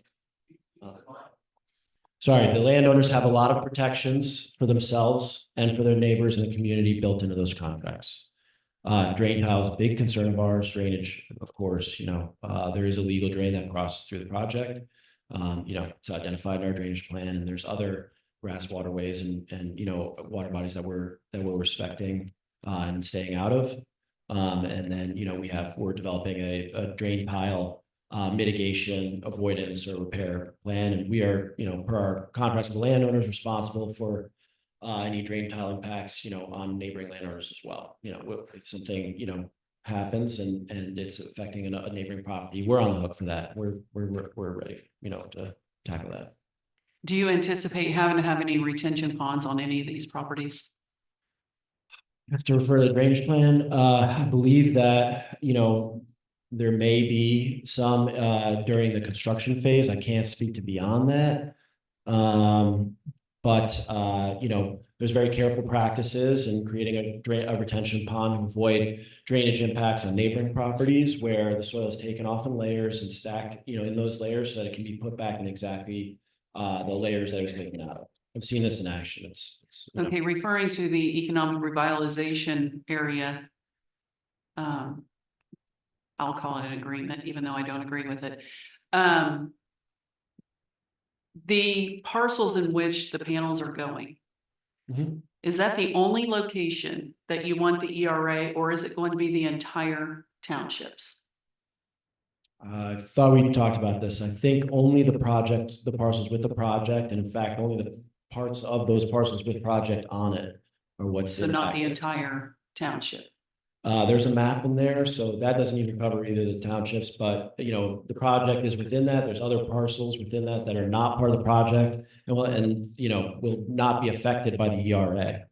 They will be, you know, they will be beneficiaries of reduced taxes as a result of the real property tax increase and then later the personal property tax increase. So So they benefit. I understand how the ERA works and why it's in place. I don't agree with it. I don't feel like we should deem parcels of land undesirable, blight, uninhabitable, not useful. My recollection is we worked with the council, when the ERA was here with this council to, you know, not, you know, address, not discuss, you know, change the language to make it a little more palatable for people here. We don't view the ground as blighted either. I don't think anyone does. And I think this was established in a recent court case too. But, so, you know, I will say to you though, you know, I would love to join forces with you and, you know, work on legislation to change the way that language is worded. We don't like it any more than you do.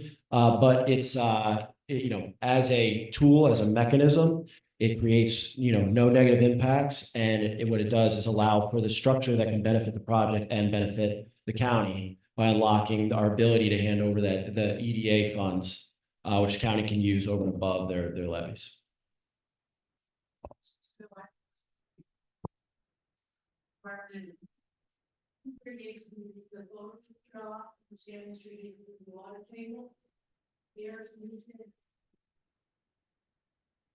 So, you know, I'll say, you know, no radiation, you know, I mean, there's solar irradiation it's called, but that's just sunlight. You know, you know, we are very careful about any impacts to the water table, and it should improve actually impacts the water table because we're going to, you know, reduce the use of herbicides and insecticides and so forth on the project area.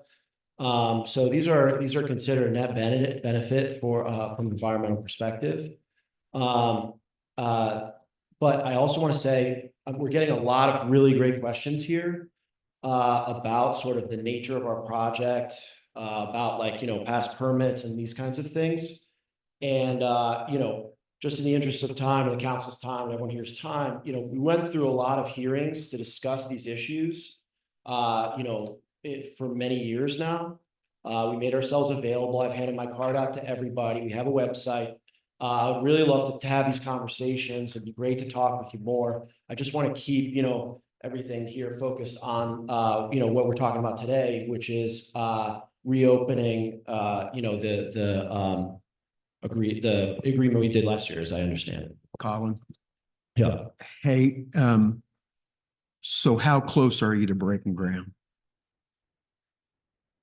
You know, I wish I could answer that with more certainty. As I said, we, you know, would have liked to have had our drainage plan done, you know, and these other things done. We just, you know, through delays, you know, with the county, that's been pushed back. So I don't have a firm date to say right now. As soon as we have one, we'd love to share that with this body. Yep.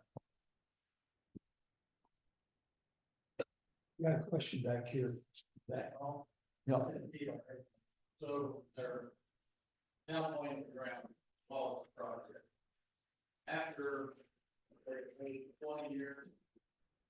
And then all of it taken out for later and greater came off. Now there's the ground probably go back. And in the ERA, because it's back to, ground should be put back the way it was originally. So that, I think that's important because it's for the project. And the other question I have was, I know in our contract, we've got decommissioning on the landowners, but what is, everybody here probably got concerned that this is gonna cost the county.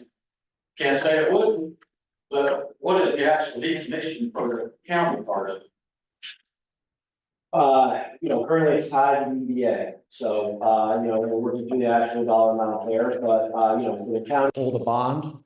And I should just add, the bond is, you know, I don't know that any other, you know, builder, developer has to post these kinds of bonds, you know, we have in our business plan, the restoration. You know, that's part of the plan of the project. That's how we build our costs and so forth. So, you know, the goal is not to have to touch the bond. The bond is a backstop just in case. Now, currently, the way, you know, if the EDA that we're under goes away, then the bond will be held by the landowners. But the way it currently exists in our decommissioning agreement under the auspices of the EDA, the county would hold that bond, and that's the 125% of the decommissioning costs. But you're right, you know, I think it's expressly stated in the agreement, but also backed by the state statutes, which is that once the life of the project ends, then that goes away, comes off, you know, that the whole agreement, the map. You know, because we're held these obligations to restore the farm ground, you know, to what it is today. Yeah, you know, we're confident it would get back, it would be assessed at just the normal ag rate at that time.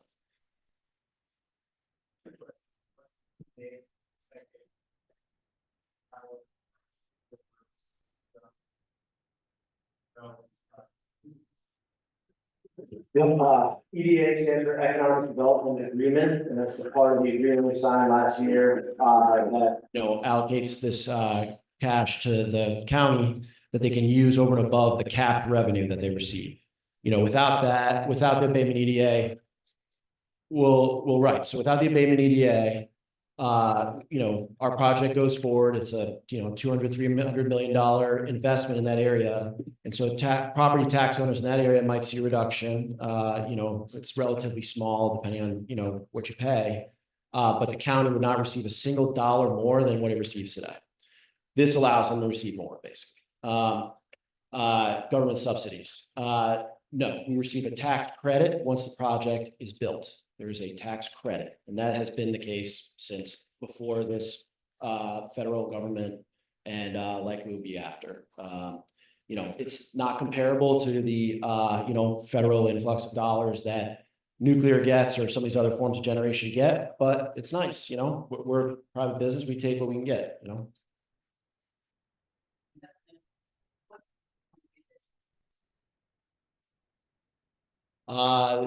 Sorry, I don't have that number here. Again, this is like, I'm sorry, I'm sorry. This is great. This is a great question for, you know, another hearing, and I would love to talk more about this, but I will promise you this, that the buyer of the power is not buying the power at night when they're not producing. The buyer of the power has a very realistic understanding of what they can expect us to produce, and so do we. And so we are going to sell the transact along, you know, what's realistic, not, you know, make up, you know, something. Yeah. Because the structure of the power purchase agreements is that it's many years, you know, 20+ years. And so the costs, which are immense on a project like this, we hope to recoup in, I don't know, 10, 15 years if possible. That'd be great, you know? But yeah.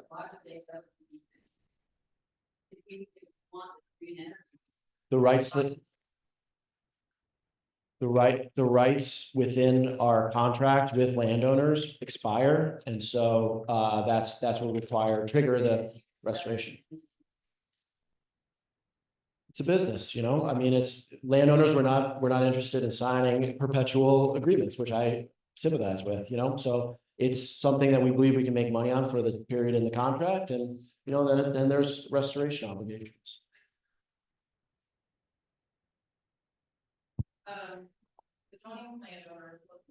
Say hypothetically, something happens to an adjoining landowner, is there any kind of clause that holds your company harmless as far as litigation or claims against harm that you've done to the adjoining landowners? Bond, is there any recourse for financial compensation or any kind of damage to those properties? I can't speak. Or is it a bond that we have to take up with the county and sue the bond? I can't speak. I'm not a lawyer. I can't speak. I don't know the staff to hold in Indiana. Can your attorney answer? Yeah, can you? Yeah. Well, it depends on the landowner lease, right? Every landowner lease. I don't. Oh, okay. Then if you don't have any kind of an agreement with you, is that what you're saying? right? And you don't, Property next to it, we have no legal recourse to go. why would you think that? Do you have a I'm contract? asking. Okay, so the answer is you do have legal recourse. If you don't have a I contract just wanna make sure that there's says no that you've clause, given it away, just wanna make sure there's no clause that you guys aren't held harmless and we could not legally take away the rights of an adjoining landowner who didn't sign a contract. She's not gonna take away land, just say something happens, there's a fire, and the fire then comes over to our land and we Sorry. lose everything. Sorry, let me. Where do we go after? Yeah, so, sorry, what I was trying to say is. In that situation, since there isn't a contract between the landowner that got harmed. And the wrongdoer. There is no indemnity, it's not like they could escape liability, that just doesn't exist, so yes, you would have every right. To go against whoever was the wrongdoer, So we can sue the landlord next to us. you can sue whoever you want to. Can I follow up on that? So I think what you're asking, say a tornado goes through and pulls up some of these solar panels and drops them on a neighbor's house or their property who do not have an agreement, who's gonna pay for that cleanup?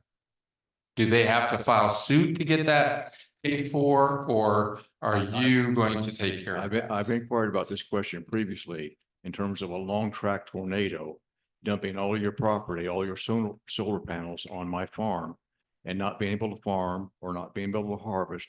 What kind of liability you have? Whose cost is it going to be to clean up my farm so I can farm it? I don't know the intricacies. I know you don't, and I've been dismissed. I've had that question dismissed by a county commissioner. Oh, they've got insurance. That's BS. I'm sorry. How to is hear it going to get cleaned up? I'm sorry to hear it. I'm not that commissioner. I know you're not. What I would say is. But that's a very emotional issue for non-participating landowners. If you have a long track wind event, how is my farm going to get cleaned up so I can farm it? I would say, we want to be a good member of the community. We would love to help clean up, that cleanup process. But we also don't want to go on your land without you letting us or, working that. I need. Well, it's a made up, it's a hypothetical thing. So, what I would say is that we do carry insurance for, we are very intent on minimizing any damage or, any impact to anybody else. But under the circumstance you're saying, if there was some liability, if we made a mistake, if a tornado came through, we didn't pay that tornado to come through. But if we made some mistake and did something improper, and then, same as if, your barn fell onto the solar panels, if there's some impropriety there, then yes, there's liability, as I'm sure there is in every case. That's normal. But there's. It's not good enough for this type. It's not good enough for this type of industrial activity. So, well, we'll agree to disagree on that. But I would say also, I'm not totally sure I understand the relevance to this agreement.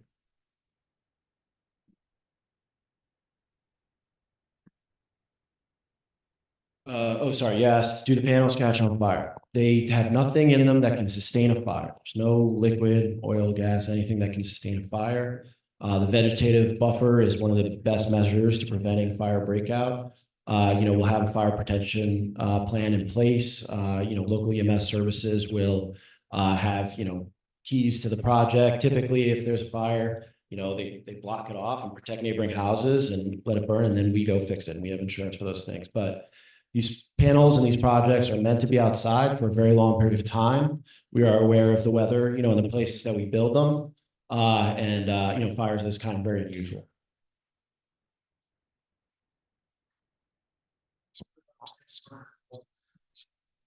Sound is a big concern of ours. The inverters produce a hum about the level of a refrigerator and are sited far inside the project, away from neighboring landowners.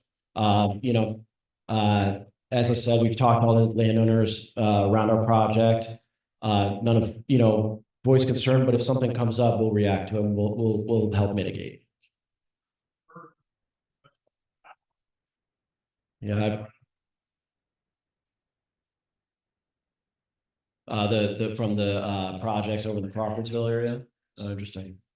Yeah, I can't speak to those as aren't ours, but you know, we pay a lot of attention to that and don't want, you know, basically want, you know, if there's a bird perched on top of an inverter, we want that to be the noise you hear at the project boundary, not the inverter.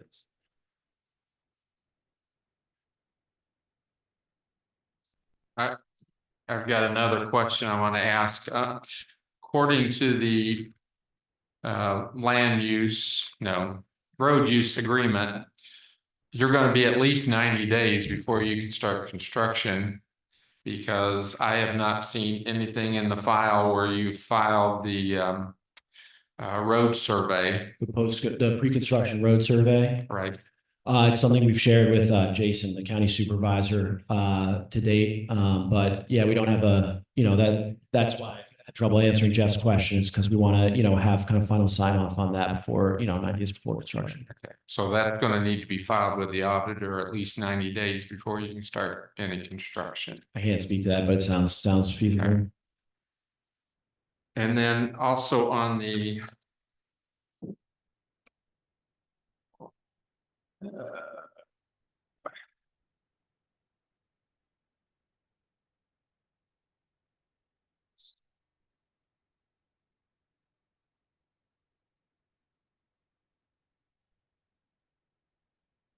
now my papers are messed up. On the agreement on page 6, it states that you're to file an annual applications for the ERA deductions. Do you know anything about that, and have any of those been filed? I'm afraid I'm unfamiliar. I think, and I don't have that in front of me, I think that means once the project is built and you start getting the ERA reductions, that's when that triggers. So I don't think it has started yet. But again, I don't know what you're looking at. That's I don't why know I'm the asking, because it context. really doesn't say. Which agreement are you looking at? I'm happy to chase that down. Yeah, I gotta find my first. I just wrote page 6.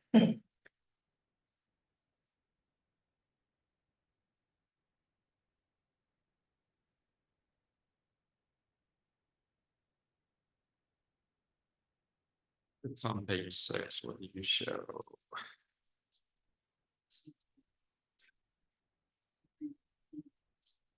I think it's the agreement for the economic development. Okay. It's on page 6. Yes.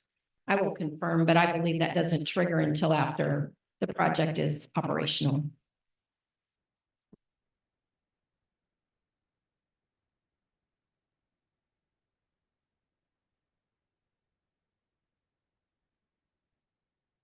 Sorry.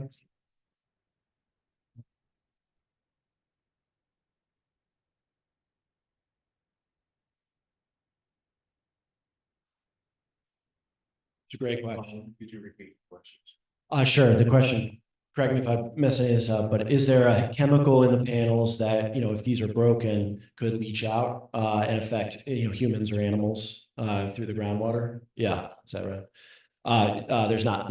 The components of the panels and all the elements of these projects are solid. There's not liquids in there. All the items in the PV panels themselves are, you know, found in households. It's an aluminum frame, silicate on either side, like basically like a windshield glass designed not to break into shards, but you know, retrievable pieces. But they're hardy and they can withstand a lot of weather. And then inside it's circuitry, basically, you know, copper.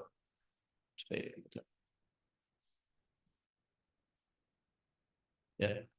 I mean, there's nothing in there that's not in your household or in your phone or anything like that. In fact, probably much less. There's a lot. Yeah, they've been around for, you know, over 30 years. Same technology, it's just gotten more efficient. They're commonly placed on houses next to schools all through Indiana, and there's been no adverse effects or, you know, noted or, you know, lawsuits on this or anything like that. They're viewed as very safe, you know, non-toxic, basically. Yeah, I mean, it should be, you know, sorry. Again, you know, these are great questions that we answered around our CSCS permit, but just to, and I can only speak for our project, but Heat island effect, I think is what you're talking about. That is not expected on these projects because of the racking of the panels far enough apart and there's grass in between. And so the heat is dispersed. It's warm just above the panels where the sun warms them, but not further than that. Wildlife, will see benefits from these projects in the area, mainly through, reduction in herbicide and insecticides and so forth. And then the pollinators planted under the panels as well. So yeah, these are, should be a net benefit for local wildlife and people as well. From a health perspective. Colin, if you got a farm that's got solar units on it, and there's a residence that's not part of it. If you have a farm and there's solar panels coming up next to it, what's the setback? And you have a residence there. What's the set? Is it 200 feet? From the property line. From the property line. So 2/3 of a football field from the property line. You have a question? You have a question back here? Did somebody say something? The state citing bill recommends 150-foot setbacks from property line, so this exceeds that, It's it does go over and above that recommendation. That's one of the reasons we go and meet with every individual landowner. If there are landowners that are neighbors to our projects that, view that as.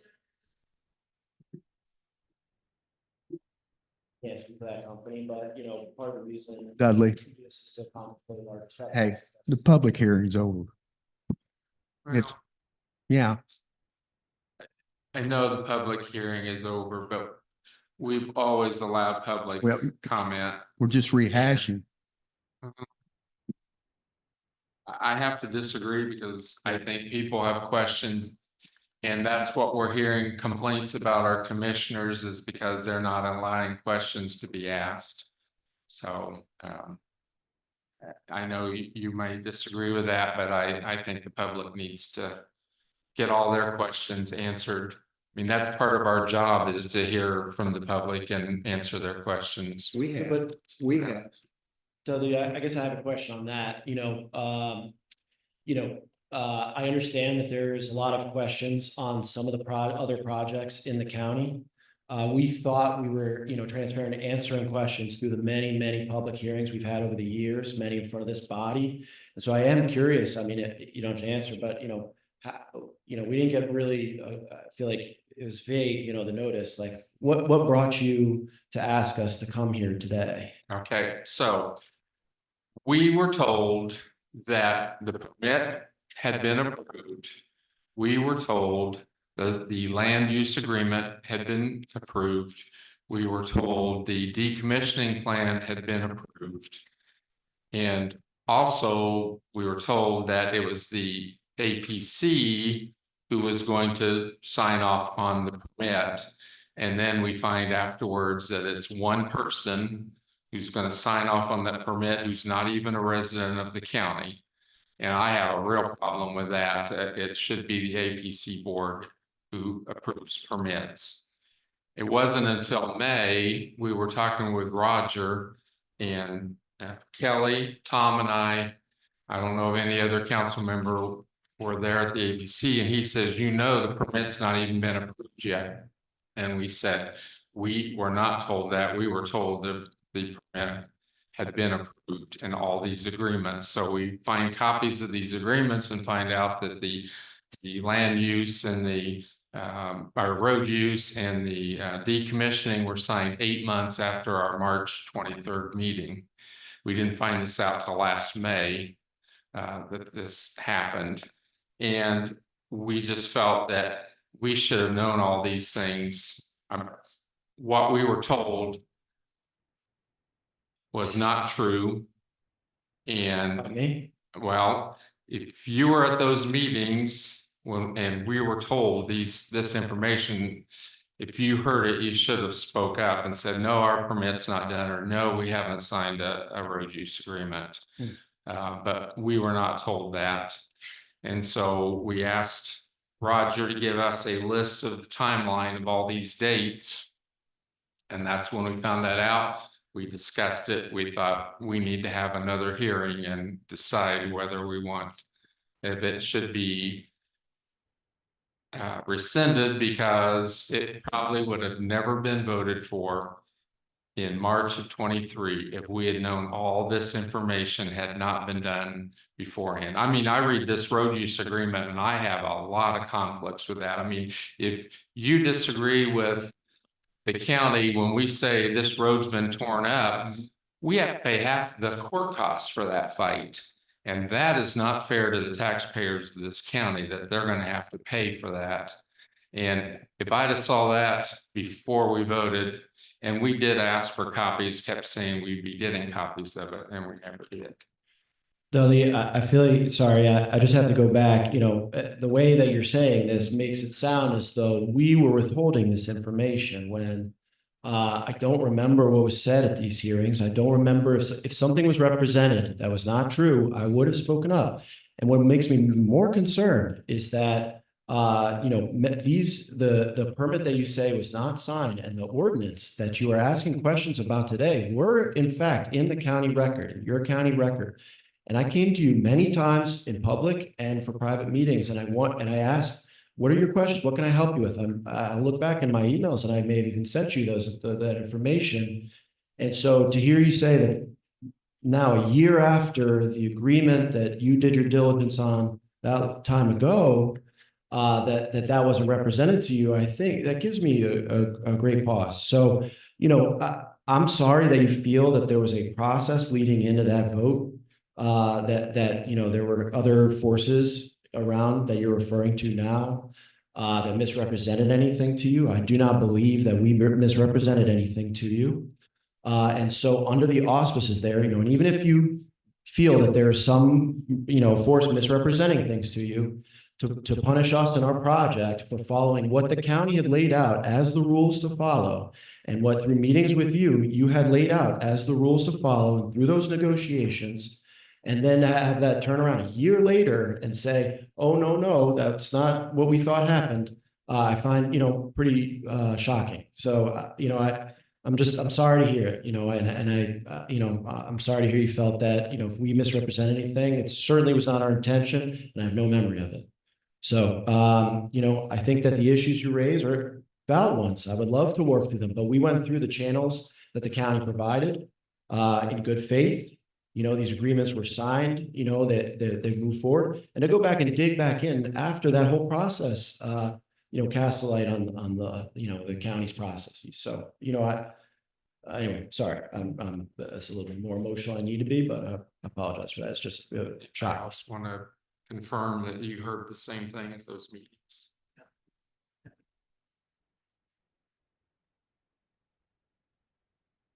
On what Dudley just talked about, just kind of confirmed the idea that we didn't know, we didn't hear that. And where we are right now, I mean, I like to know where we are right now, Colin. Yeah. And I think you can understand maybe why we question. Well, so on that point, Tom, I understand the concerns on the wanting to know about the road use agreement, drainage agreement. But, I guess where I question is, what do those, we're talking about the EDA abatement deal, there in no part of, state statute or the county does it require, these other agreements to be in place before we enter into those agreements. So, while, you may have wanted things to happen a different way, it's just not how things are written as we understood it. We follow the ordinance, that, and I'm sorry if you have issues with the ordinance, but it's not, we would love to participate in those discussions. And I think that, you raise good concerns. We'd like to have good faith conversations with them. We thought we were having them with the right counterparties, and if you don't view that, it's something that you're saddling on us, but it's something that, is directed at another target. Well, Colin, Jeff asked a question a while ago, which I was also concerned about. Are you pretty well, how's your drainage going? When are you gonna be ready? I mean, we what want are we looking at? We wanted to be ready a while ago. Roger's away right now. We wanted his buy-in before he left. we've submitted what we feel is a final drainage plan. You know, we'd like it to be certified. And you know, a while ago, you had mentioned something to the fact that if we decided that, not if we decided, but if we were a county that we didn't like something, so, oh, let's go back and check it again. You know, from my standpoint, I want to be a solid county. Because I know we're going to have to work with people in order to get certain things done. But at the same time, Colin, we got to be a board or a county that's able to question something that maybe either we didn't know, got biased, whatever it is. So that's where I am. Colin, and you've been up front. I told you, I'm glad you're here today. I appreciate it. I mean, just to speak to some of that, you know, I totally agree, you know, but I think that there are processes established in the state law and the county law, you know, as Clint said, you know, that you guys are, you know, have these obligations to the state and its processes and the county and its processes. And so what I'm concerned about on this is not that you have these concerns, but that you are the financial body of the county, you know, and that you were offered many chances to do this diligence during the appropriate windows. And, you know, whether you feel it was deliberately withheld from you or, you know, you did not find it, I'm afraid, you know, I don't know that that has something to do with our project because we were transparent upfront negotiating the ERA abatement and EDA agreement, you know, in good faith with this body. And so, you know, I sympathize. You're right, Tom. You know, Fountain County has been great to me. I love, you know, I think it's fantastic. But what I do find concerning is that, you know, there's processes, we followed them basically in excess of them. We had a lot of hearings and these were not brought up then. They are brought up now. And it feels like, you know, in response to a lot of concerns from people who aren't living in the townships where our project lies, you know, who, you know, were not part of the process earlier, but now want to insert themselves from some distance away. And I find that concerning. So. Anyway, thank you. Appreciate it.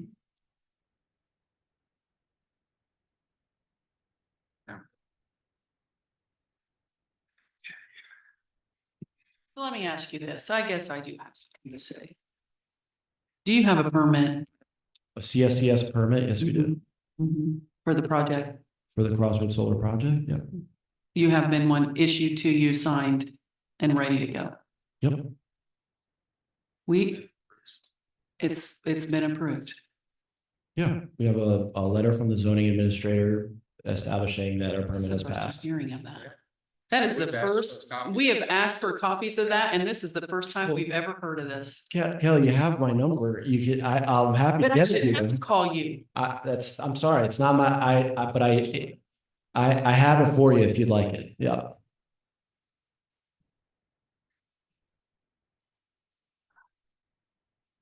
I've lived in Canton anyway for kind of like 56 years. And I have been blindsided by thinking that I was in this nice little community bubble.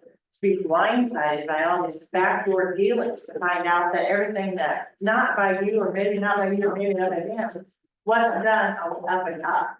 So we are just now finding out about this. And so we're backpedaling, trying to figure out what is going on. But every door we open, we find out we've been lied to, misled, misrepresented, and screwed, basically. So it's hard for us, and I'm not trying to blame neighbors, because I don't blame anybody for making money. But Roger, for one, and he doesn't even live in this county, he doesn't. I just don't understand how this has happened to this area. So like you're blindsided, we're double blindsided, and so are they. So that's where this is all coming from. It's not targeted at you, it's not targeted at the neighbors. I understand that and you know, we can talk about so much about it, but I would say this hearing does seem very targeted at us. It's our name. We're the only ones in discussion here, and that's what we're talking about. Is this deal that's signed last year in good faith through the correct processes. And now, it's just Ranger on that, you know, we're not talking about any other project or anything. So, you know, that's where I feel. You guys. Is everybody else? That's, and unfortunately, I love coming. Look, hey, you know, we're having a great time. Yeah. I understand.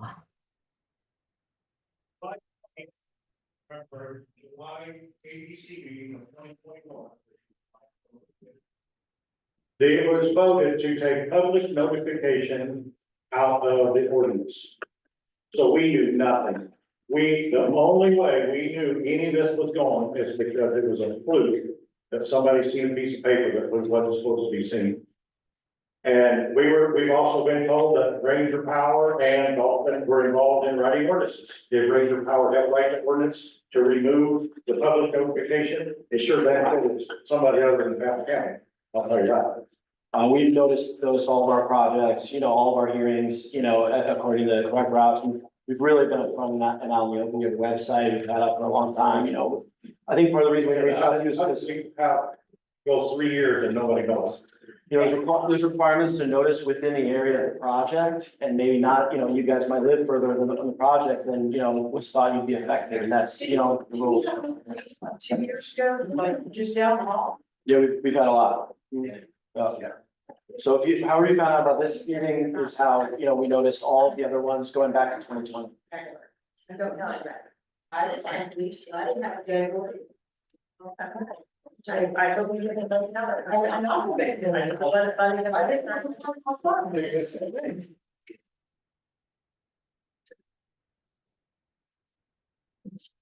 I guess another question we have, and this doesn't really affect you per se, but supposedly Roger's been appointed as a surveyor of the county.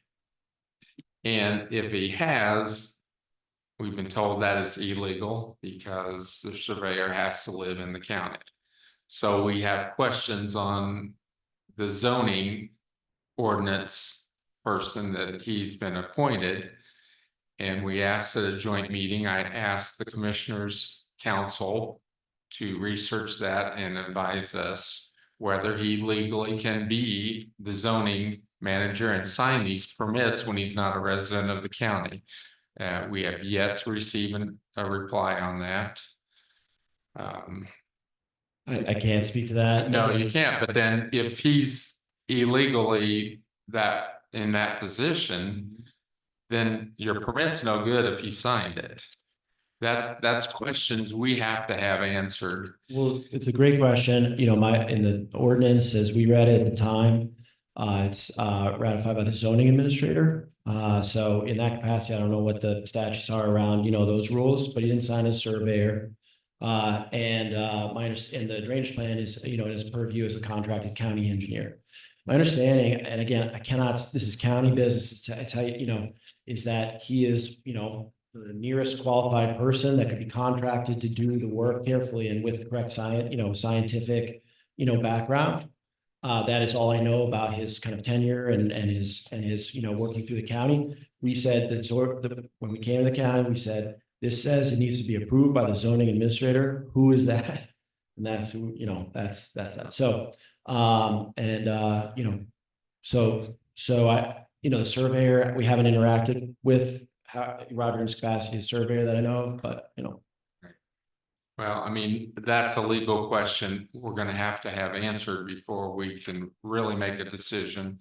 Our attorney told us not to make a decision tonight, that we need to have an executive session and talk about this since you have threatened us with a lawsuit. And we're gonna have to talk about it in executive session, and then it'll be a public session to take a vote. But that's what our council has advised us to do tonight, so. Could I briefly Yeah. speak to the issue of surveyor? Mhm. The Indiana Constitution specifically states that a surveyor is an elected position. We do not have a surveyor, so we cannot have a surveyor's designee on an advisory plan commission. Roger cannot serve as our surveyor because he is not an elected person, nor does he reside in the county.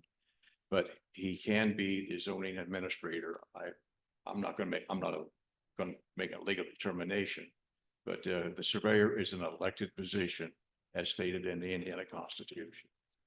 Mr. Kilby, I think you have something you'd like to say. Okay, the state constitution also says that they can appoint a zoning administrator. To do that, there's two different statutes. There's no statute for a zoning ordinance administrator. So it has to go through the court. Okay, everything to go, because he's not appointed by statute, it has to go through the court and it has to be paid through the court. The code is IC 36-2-2-13. Okay, but also in the state constitution, the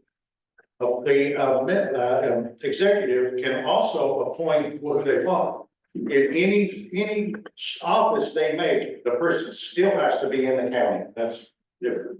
Okay, so that's even, they can do this had they done it legally, but they didn't do it legally. He's not in the county, first of all, and they didn't, okay, then the 36-2-2-13 states that it has to go through the court if it's not done by statute. Does that make sense? It's got me baffled, but I don't, but.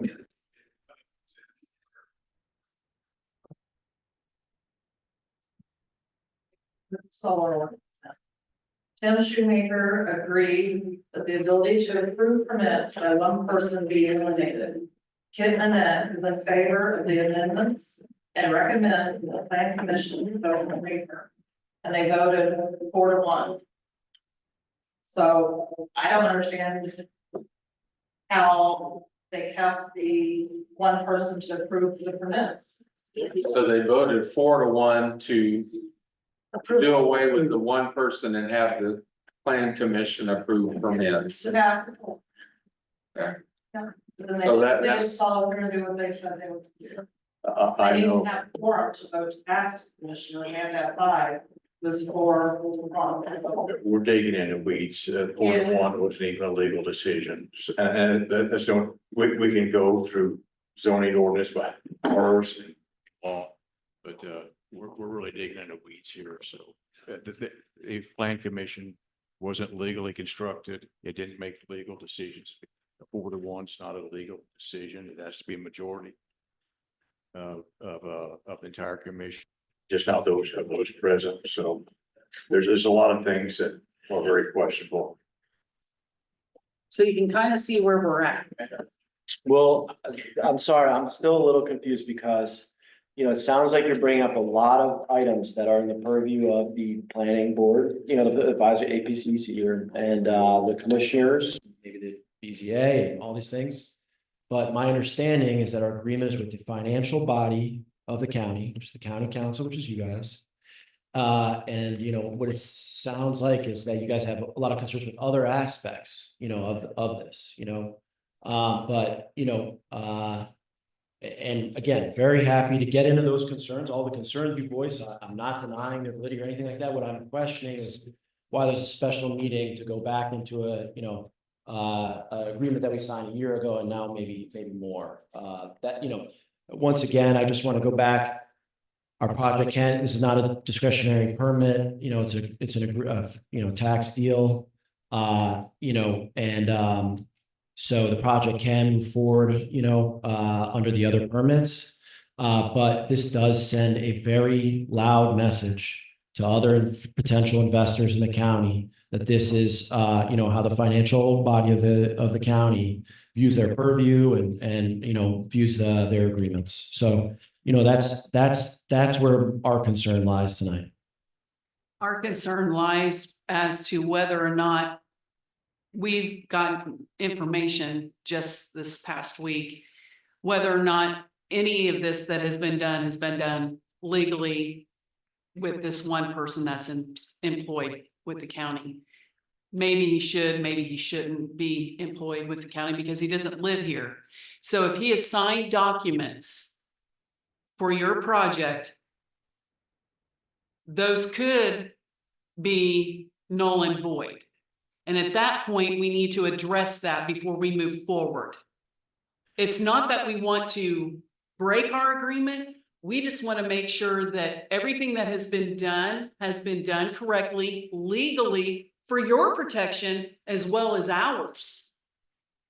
And so if there is a situation that we need to address and correct, we want to know that so we can get it done. But get it done at council meetings? However, it has to be done. We just want to make sure it gets done correctly. Because it builds on one, on another. Right. I totally agree. And that comes up with larger questions that, again, future investors in this county are going to have. And so if the financial body is saying, for years, we operated with this person making decisions, and just now we're discovering that we're going to dig into and turn over contracts and business that we've done in the past and ratified in the past. You can say whatever you like in the paper and everything like that, but what businesses do, solar or not, is they go into the record in the county and they look at sort of how these agreements and these hearings happen and what gets honored and how these, the pattern of these agreements. And, by having this meeting even, it tells businesses, okay, you sign an agreement with the county and then you got to spend a lot more money and time to just keep that agreement in place. These other issues, I sympathize, I agree. Sounds like they should be addressed at, the appropriate boards and in the appropriate hearings. I wish this had been brought up during the windows when we first came before this, council and, or in the years since. But we do view it as, it's not a threat. We just are concerned. We have this built into our business. I hope as a financial body, you can understand that changing, that agreement and changes our economics just before construction shows, a lot of, insecurity there. And so we're very concerned and we'd like to preserve, the project that we've contracted under and move forward with, and we feel that the neighbors to our project in particular, I cannot speak to other projects, have not come forward and that this is coming from, further away in the county. Well, when we decided to have this hearing, I know you think we're doing this purposely before your construction date. And in a way we are, and it's not to discourage the project or create, an issue for you. This is actually for your protection as well as ours, because if there is something that is illegally done, we want to make it right before you begin your project, because what happens if you begin your project and then we find there's something much larger here than what we know about right now? I mean, again, I sympathize, but, I guess my question is really why it's, this increase coming from the council at a council, hearing. I think there are venues to investigate this. I just, surprised to find it here. I think the council feels that they were misled. And I think, you're great at public speaking, you're smooth at answering questions. You answered the question that was asked, how the person asked, but we're a public utility. No, we're not. Well, it depends which way, because of this code and that code. You were asked in January when you first came or in March, if you got subsidies from the government, whether it was asked, does Ranger Power get subsidies or Crossroads Solar or Play On companies, because one's the developer and one's the, project, and you said no. And now you admitted we get tax credits after it goes in. So which company are we talking about? I think you're very good at answering questions and giving people the answer that you think they need to hear, but it seems a lot of it contradicts. Tonight, you've said, I don't have the answer to that. I don't have that in front of me. I'm not sure. If you're this close to construction, these documents should be ingrained in your head, I would think. You don't know that you need a $10 million net worth to go forward. That's misleading, and that's our concern with, did we approve something on misleading information? You said misleading information from me. Well, you just gave some examples of saying it both ways. So yes, I suppose that's true. Would you like me to address some of those or? No, I'm sorry. Would you like me to? Okay. I'm sorry if we differ on the idea of a subsidy versus a tax credit. There's a tax credit. It's not before the project, so I don't think of it as a subsidy. I think of it as once you invest and build, then you get this money back. So, I'll leave it to you to determine that. Disagreeing that you did not lie. Yeah. It's how you explain things sometimes to where it's misleading. I see. That's my concern personally. again, like what I can say is that I understand these concerns.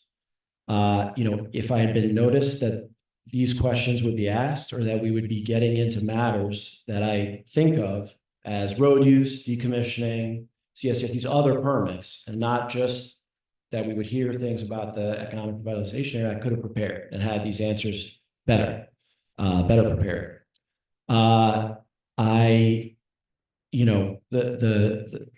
As far as, me appearing slippery to you, all we've tried since coming to this county is to take what the county has told us we have to do and do it. And sometimes go above and beyond, but we are not trying to put anything over anybody. We've been transparent. And more than that, we've offered many opportunities for this body and others to dig in. I've had conversations with many of the council members. I've reached out to those who didn't want to reach back out. And, I'm sorry if you feel that your questions have not been answered. Many of these answers, these questions you've raised today are in your own code and, the requirements written there. And I'm sorry that you don't like my manner. I can't help you with that, but, I am trying to have this project move forward the way that we have contracted for it to go forward and under the rules of the county. My understanding of the rules, around this agreement in this body are that it is the financial body. The reason I come prepared is I didn't realize that there was an interest from this body or, that there was any kind of purview over these other things. I've tried to answer as honestly and best as I can throughout this. I'm sorry if it didn't meet your approval, but, I still maintain that there is a place and a time for these inquiries. Many of those times have passed. We're still open to it. We still like to talk about it, but we do want to stay focused on what we're talking about right here. The ERA abatement, and EDA agreement that this body signed on to last year.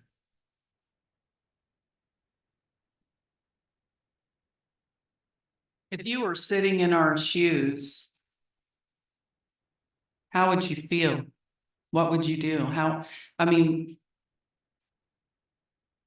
I were in your shoes and I had these concerns, I would take them to the places where they can be answered.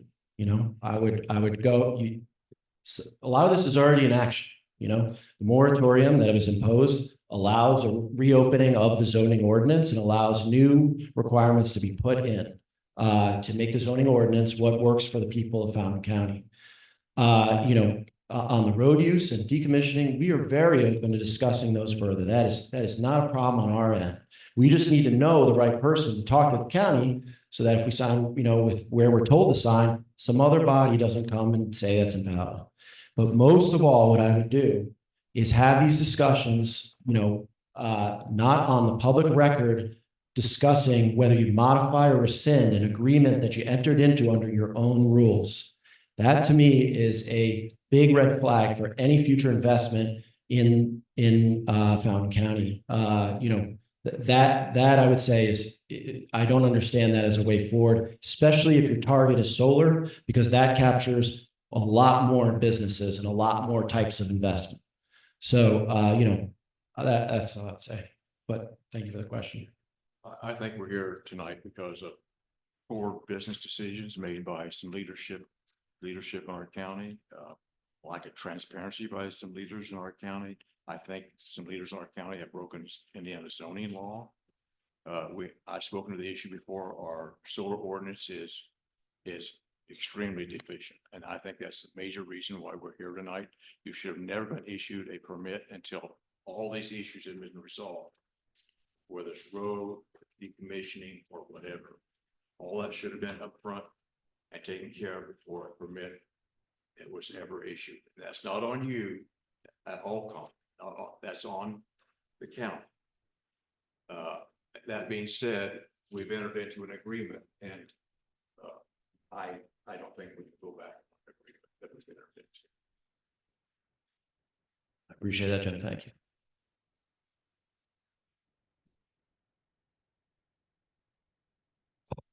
Anyone else? Again, like I said, our council has advised us we need to have an executive session and talk about the legal issue, and We just, the reason we call this is because we were told things that were not true, and we were not happy after we found out the fact, and whether it's partly your fault or not, I can't say, because we discussed this numerous times at meetings that all these things should have been done.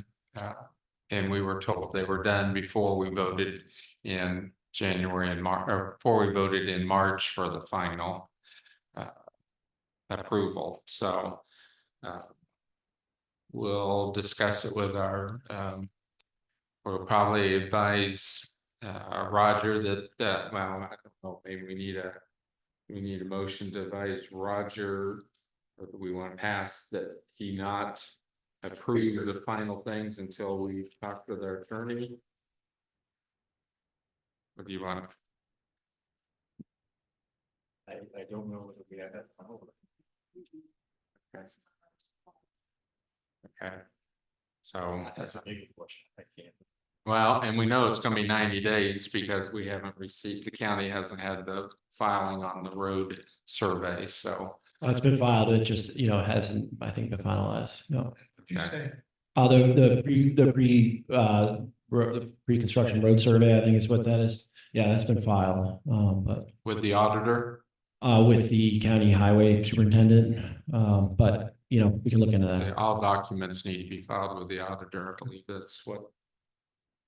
I mean, you haven't received anything yet, so she'll need to have that 90 days before construction can start. And we'll talk with our attorney and we'll get it together and set a executive session, and then we'll have a public meeting to make a decision. Signatures. That's too long. Right, those documents, we need to see copies where they've been signed in original ink along with our signatures, so. We don't want a document that's just signed. Now, we want the document that was signed in March of 2023. When those agreements were done. Also, Dudley, who Jim said, we do know we signed an agreement, and we just need to get together and go over this. Colin, you did say one thing, you said you did have. A CSCS permit, we do have one, yeah. I can share that with this group. Yeah, because we don't have a copy. In this group of papers. And I think we're,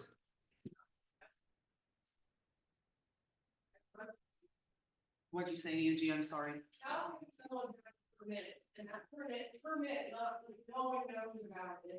File somewhere in the courthouse, and I just don't understand how it's supposed to work. I asked Roger in an email, which I forwarded to all the council members, asking for a copy of the permit if it had been approved, and he never sent, all he sent us was the 1 through 8 dates. And no copy of any from that. I've seen that the map from our permit submission has been up in the boardroom downstairs for years now. I don't know if someone's actually having there today, but it's been up on the wall there for a long time. I'm just asking why it's not like, why, if you have a signed permit, why is that not filed with the county? Like where the people in the county would see it. I'm sorry, yeah. Am I not? No, I understand, I just don't know,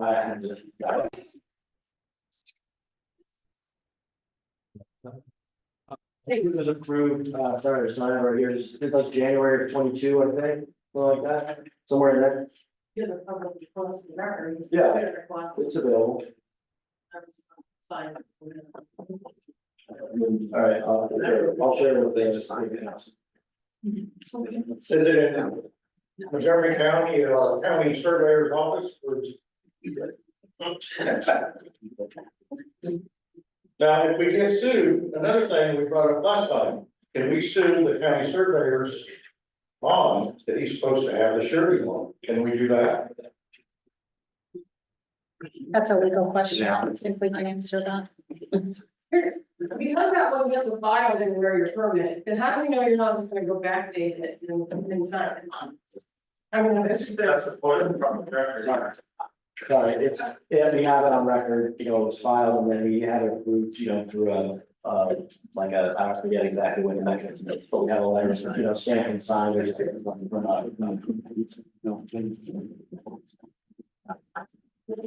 Perfect. I've seen that too. The budget hearings, August 12th, 9 AM, August 20th, 6 PM. September 9th at 9 AM, September 17th at 6 PM. This is our next meeting is in August, yeah, that's like commissioner, doesn't it? Yeah, that's the commissioners meeting. Our next meeting is on August 12th. Okay. Yes, that- But Sorry. we'll just get. But our council attorney will get a date set. And we'll give public notice of when we're gonna have an executive session and then a public session to discuss what we're gonna do. Okay. Okay.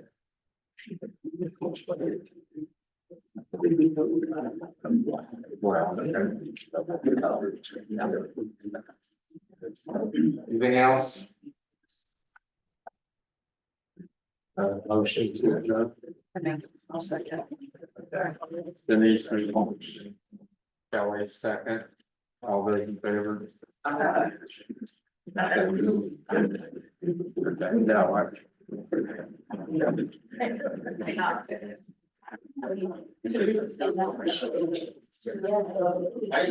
Seriously.